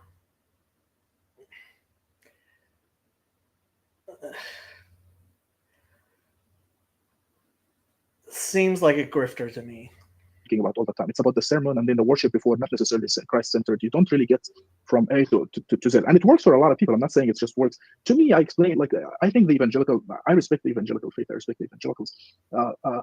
I feel like it's more like a baby formula that you take when you're a baby, and it's great and it works for you very well. And then once you get mature, you need to have actual food. And I feel like the divine liturgy provide that food, that food of the gospel centered. That being said, there are evangelical churches that are more Christ centered, especially the more Presbyterian and Reformed than others. There is, like Timothy Keller has contributed a lot of writing on preaching the centrality of Christ, having Christ in the center, etc. But to me, why even go there when there is something, the tradition that has been there for thousands of years, providing you exactly how to have always a Christ centered approach? To me, that's just very, very clear and obvious. With regard to the Old Testament, there are two schools of how Palestinian theologians treat the Old Testament. One, that is the more liberal school that's represented by Naim Atiq and other what's called liberation theology, Palestinian liberation theology, that reject completely the idea that the Old Testament is even inspired by God and understand it as, this is just the understanding of how Jews understood the commands of God. And that's rejected by majority of Palestinian Christians. It's a very, small minority among intellectuals and theologians that don't represent the public at all. And then there is, other theologians who are take the inspiration of the Old Testament very seriously, and they see it as the Word of God, and they don't say that it was misunderstood or whatever, but they would say the interpretation and the hermeneutics and the exegesis of it is wrong when it comes to Christian Zionism and all these things. They would say that everything that is in the Old Testament was fulfilled in Christ, and they will understand it from the perspective of ethics too. That they ask the question of, is it ethical for people to come and take another land and claim that the Bible tells them so, based on the book of Joshua, for example, etc. And they would say no. That being said, despite all these theological inquiries into the Old Testament, I'll tell you, Gideon, it's still hard for a lot of Palestinian Christians to read it. A lot of people skip it. I know that. I've told them, and I told them, no, you shouldn't. I mean, it's one of my favorite books. When I read the Psalms all the time to feel more, in connection with God and to worship, I read Exodus to feel more the passion of what God is doing in this world. So I think it's a big mistake to skip it, but it's hard, especially during this ongoing genocide in Gaza, where last time I was there. Ongoing genocide in Gaza. Okay, I'm getting sick of this guy. In 23, in actually January 2023, I was almost killed by Israeli settlers who thrown literally big rocks on my car as I was driving from Bethlehem to Nablus in the West Bank. Literally big rocks that were thrown on my car, and the Israeli military was watching them as they were throwing big rocks on my car. My cousin was beaten up by Israeli settlers as he went on a hike with his friends. So it's a constant thing that happens, and I personally have experienced it. Yes. Mm-hmm. Yeah, and I also think there's a dishonesty, I feel like, oftentimes when these settlers come and talk to the West. So I was watching quite a number of videos online by the settler in Hebron named Yishai Fleischer, who has a big online outreach, right? And when he's online, he was talking about, he's like, no, we want peace with the Palestinians, like I'll grant the residency status and so on. But then I found a video of him where he was talking only to a Jewish audience. I don't know if you know it was recorded or something, where he was talking about how he wants to get rid of all mosques and churches from Israel. And just seeing that, like, okay, that's what you actually think. But then you come to the West and you make videos with evangelical pastors about why Israel should be annexing the West Bank. Exactly. Yeah. No, that's you articulated very well. That's who they are. That's their views. And this particular person has literally where he lives. They have the tomb of Goldenstein, who killed people in 1994 when he entered mosque and killed them. And they visit that place because to him he's like a saint. He's like someone important. And he literally a terrorist who went in to a mosque and killed tens of Palestinian innocents. Yeah. Yeah, maybe people don't know about that story. If you could talk about that story a bit. Sure, yeah. In the 90s, there's this one American Jewish doctor who became. It's Goldstein, not Goldenstein. Israeli citizen, walked to the mosque of the Abrahamic mosque in Hebron and opened fire on people as they were praying on Friday and killed a lot of them. And he was killed by the people who were praying, who beat him up with their bare hands, and he was killed on the spot. Yeah, and it's pretty shocking. Sometimes I see some people saying crazy stuff like fellow Christians on Twitter, and I get really shocked. And I think is there a real serious issue that like we have? But I debate a lot of Jews on Twitter about theology. There's one guy I've been debating a bunch back and forth, and I see him post a tweet in Hebrew, so I just translate on it, and it was Baruch Goldstein was right.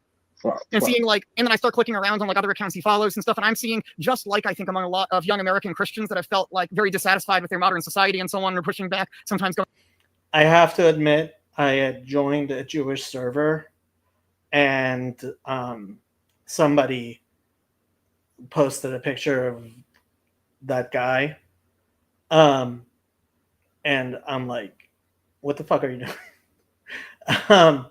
And they were like, "Oh, it's to trigger the Christians." I'm like, or I guess Muslims. It's to trigger people. I was like, yeah, bye. I left the server. Going to extreme that I've encountered among some young Jews, a similar thing of embracing Kahana or other figures like this, where these extremists on the Jewish side and acting like this is a good thing. Which I mean, growing up, you never. Yeah, we are starting to have our own grapers. I mean, look, if you expect young men not to be stupid, I don't know what world you're paying attention to. I heard something like that. Yeah, correct. Yeah, so one of the things I've had a lot of trouble with when I'm trying to evaluate this conflict, you mentioned earlier, for example, the issue of a genocide in Gaza, is that I hear just opposite things from different people, and it's very hard for me to sort through that information. Like, I'll have some friends who are very pro-Israel, and they'll send me stuff, and they'll say, no, the Palestinians are lying about everything, we're a very moral army. And then I have other people who will send me videos of like people starving there, right? But it's sometimes hard to figure out and sort through all the information. Is it really that hard? I mean, every single time the New York Times has issued a correction of a picture on its front page, it's been like, it's happened so many times. It's always the same story. It's always the same story. Like, it's something about the Jews that the New York Times simply took without actually questioning. Especially ever since my pro-Israel friends, they'll say, well, yes, bad stuff is happening, but it's Hamas. So there's the recent stories, for example, with the food being handed out. And I'm hearing from one side that when people are coming to get food, Israeli soldiers are shooting them. And then I'm hearing from the other side that no, actually, Hamas has been stealing all the aid. And so Israel had to come in and set up these centers. And then either violence breaks out at some of these centers and some gunshots go off, or that Hamas is even the one shooting people at these centers to try to make Israel look bad. And so how do you sort through information like this to try to figure out what's actually happening? I obviously, like, what I do, not everyone can do, because I look deep into the details and I go to like Arab deep Telegram channels. I talk to people on the ground, etc. But what I can tell you, get honest, that you don't have to look at the pictures, and you don't have to look at all the details to conclude that it's a genocide or not. You have to only look at the statements of the Israeli military and the Israeli prime minister before they realize that the world is turning around.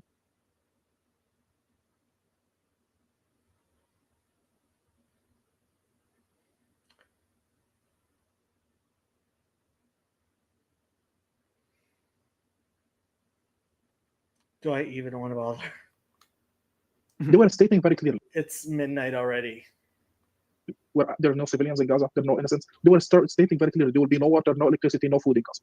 All these things in itself is enough. Then you have to look to the way the killing was being conducted in Gaza. You have to look at the usage of AI and how they generated targets without even looking at who they are targeting. You have to look at the fact that they were willing to kill one Hamas, low-rank police member, which is like he's like nothing, like a soldier, and with up to 100 child with him. I'm not sure if 100 child, but 100 civilians. 100 child. victims, up to 100 civilians, would include a lot of children. So you have to look at the numbers. 17,000 of kids were killed in Gaza, children, women, etc. So he's at this point, this guy's just not being honest. He can't possibly be. He knows Arabic. He knows Arabic. Like, if he didn't know Arabic, I could believe that he's an honest actor. He knows Arabic. What I can say is the idea that he moved from Gaza to the West Bank at age 15, that he's been going from church to church. I'm guessing he's the type of person who's had to scrounge and make the best of his life. And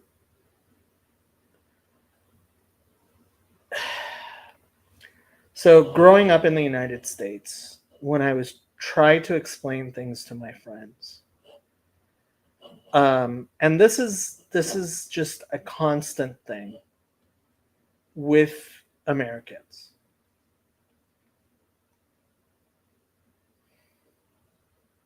I remember a story, Elie Wiesel, Elie Wiesel, or either he told it about himself or he told it about somebody who had told it to him. I'm pretty sure it was Elie Wiesel who told this story. He was 14 years old in the camps during the Holocaust. And it was him and his father. And his father was taking care of him as he had his whole life. And he caught himself having a thought that horrified him, that he was so hungry that he was thinking if his dad died, he could have his piece of bread.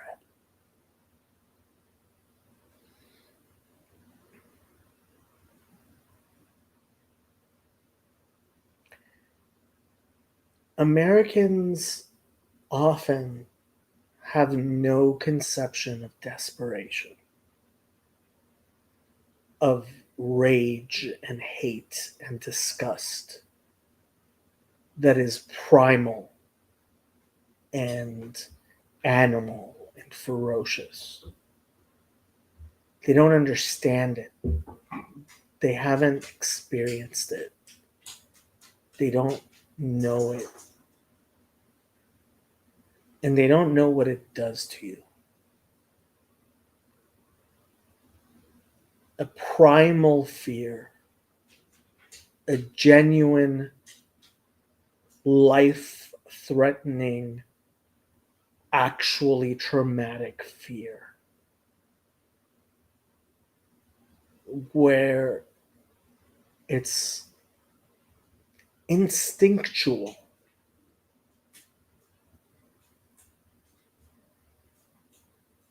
And so they can't understand how a person could be truly duplicitous, truly at their core, because this is a mistake we make. We imagine that people are good actors, and they're not. People really are not very good actors. Very few people are very good actors.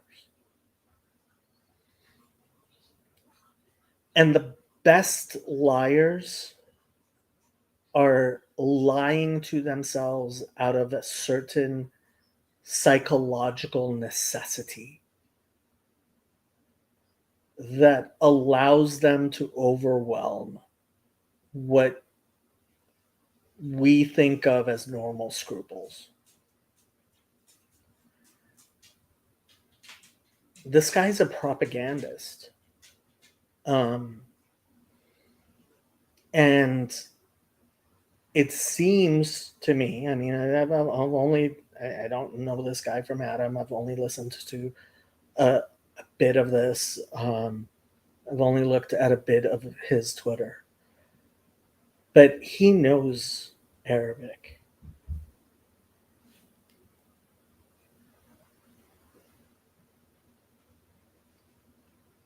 He knows what the actual facts are. I can't imagine that he doesn't. He's slinging propaganda here. Like, this is propaganda. And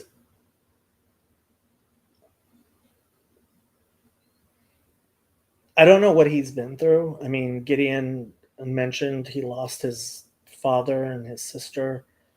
I don't know what he's gone through. Can't imagine he hasn't been traumatized. I mean, when he was describing seeing that bombing and being traumatized,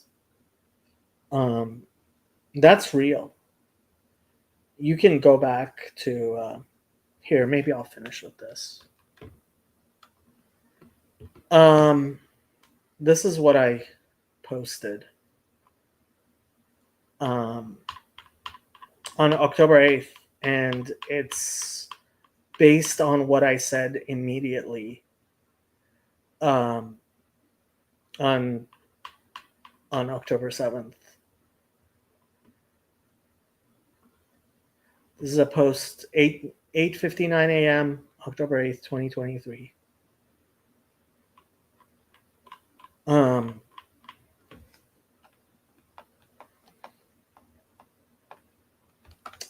Go away, stupid promote tab. Okay.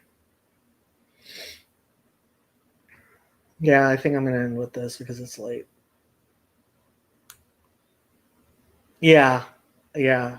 I mean, it sounds like PTSD. I might listen later. It's late and I'm losing my voice and I'm tired. But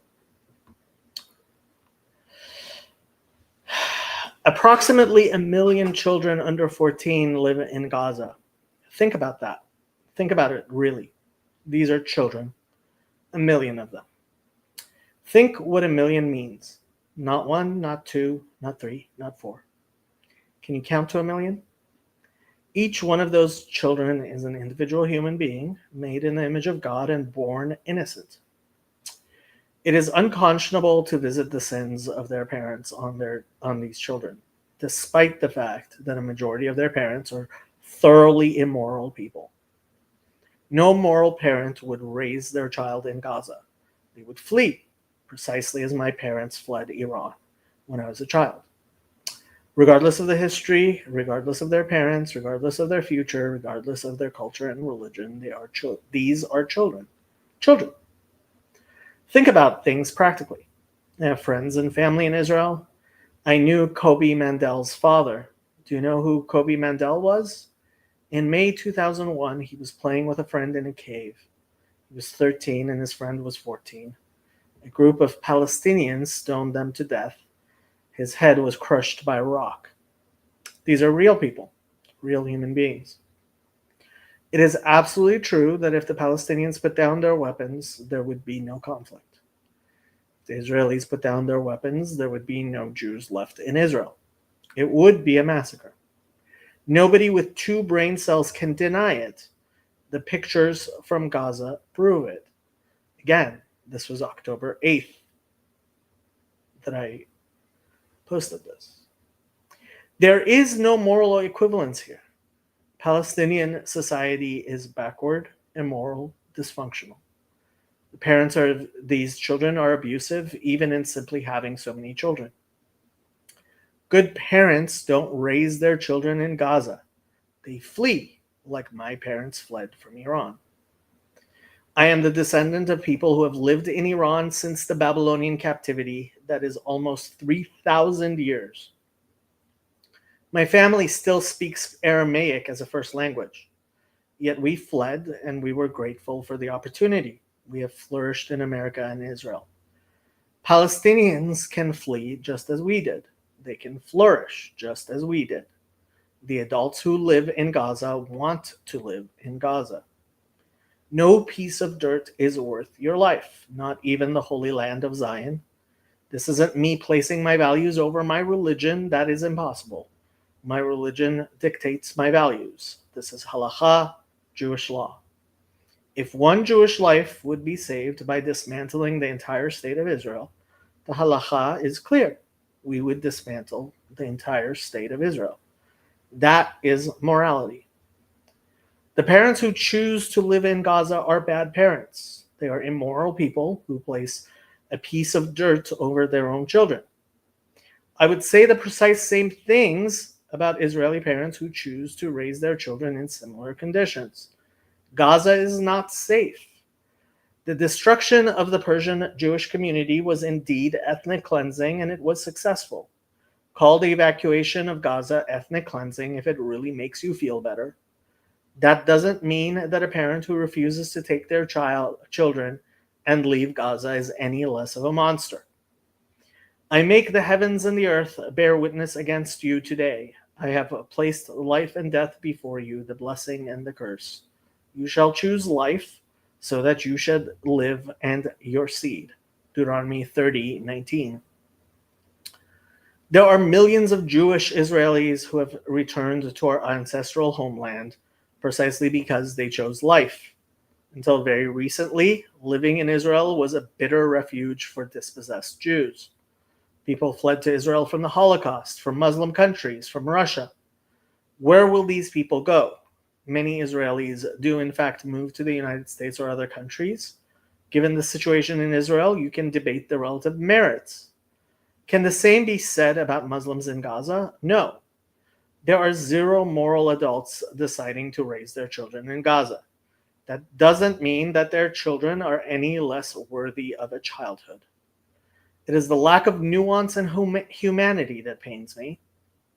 If you do not see the complexity of the situation, you are at best a child yourself. There are no simple solutions or easy answers here. Israel cannot simply allow constant attacks on its citizens. Do you think Iran is spending hundreds of millions of dollars supporting Hamas because of humanitarian reasons? The same Iran who has said not one word about the Uyghur genocide in China?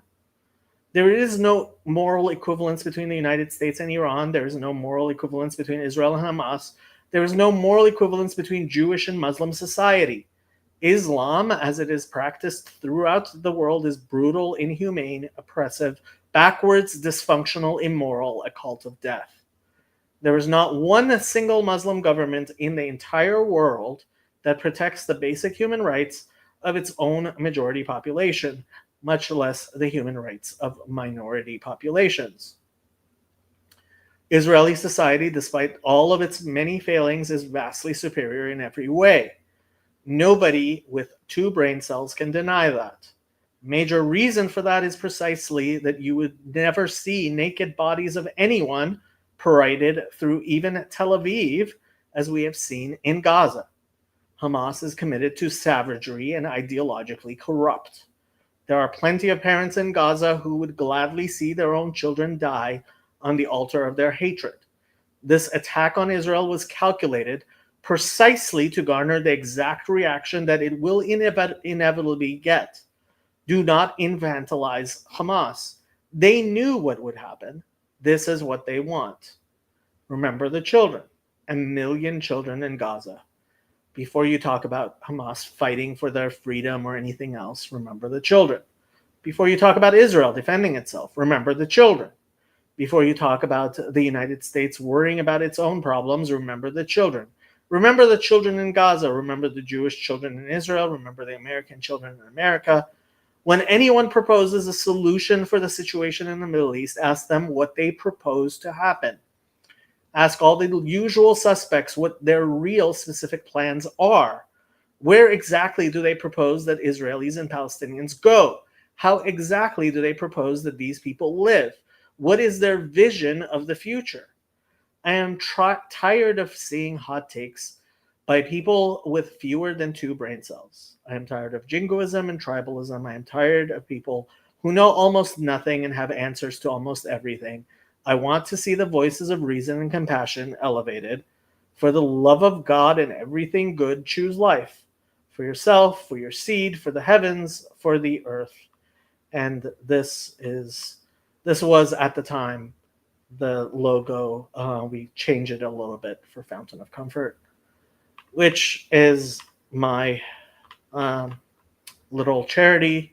You can find a link at the bottom, where we're trying to actually do something practical as opposed to just sitting and talking about this stuff.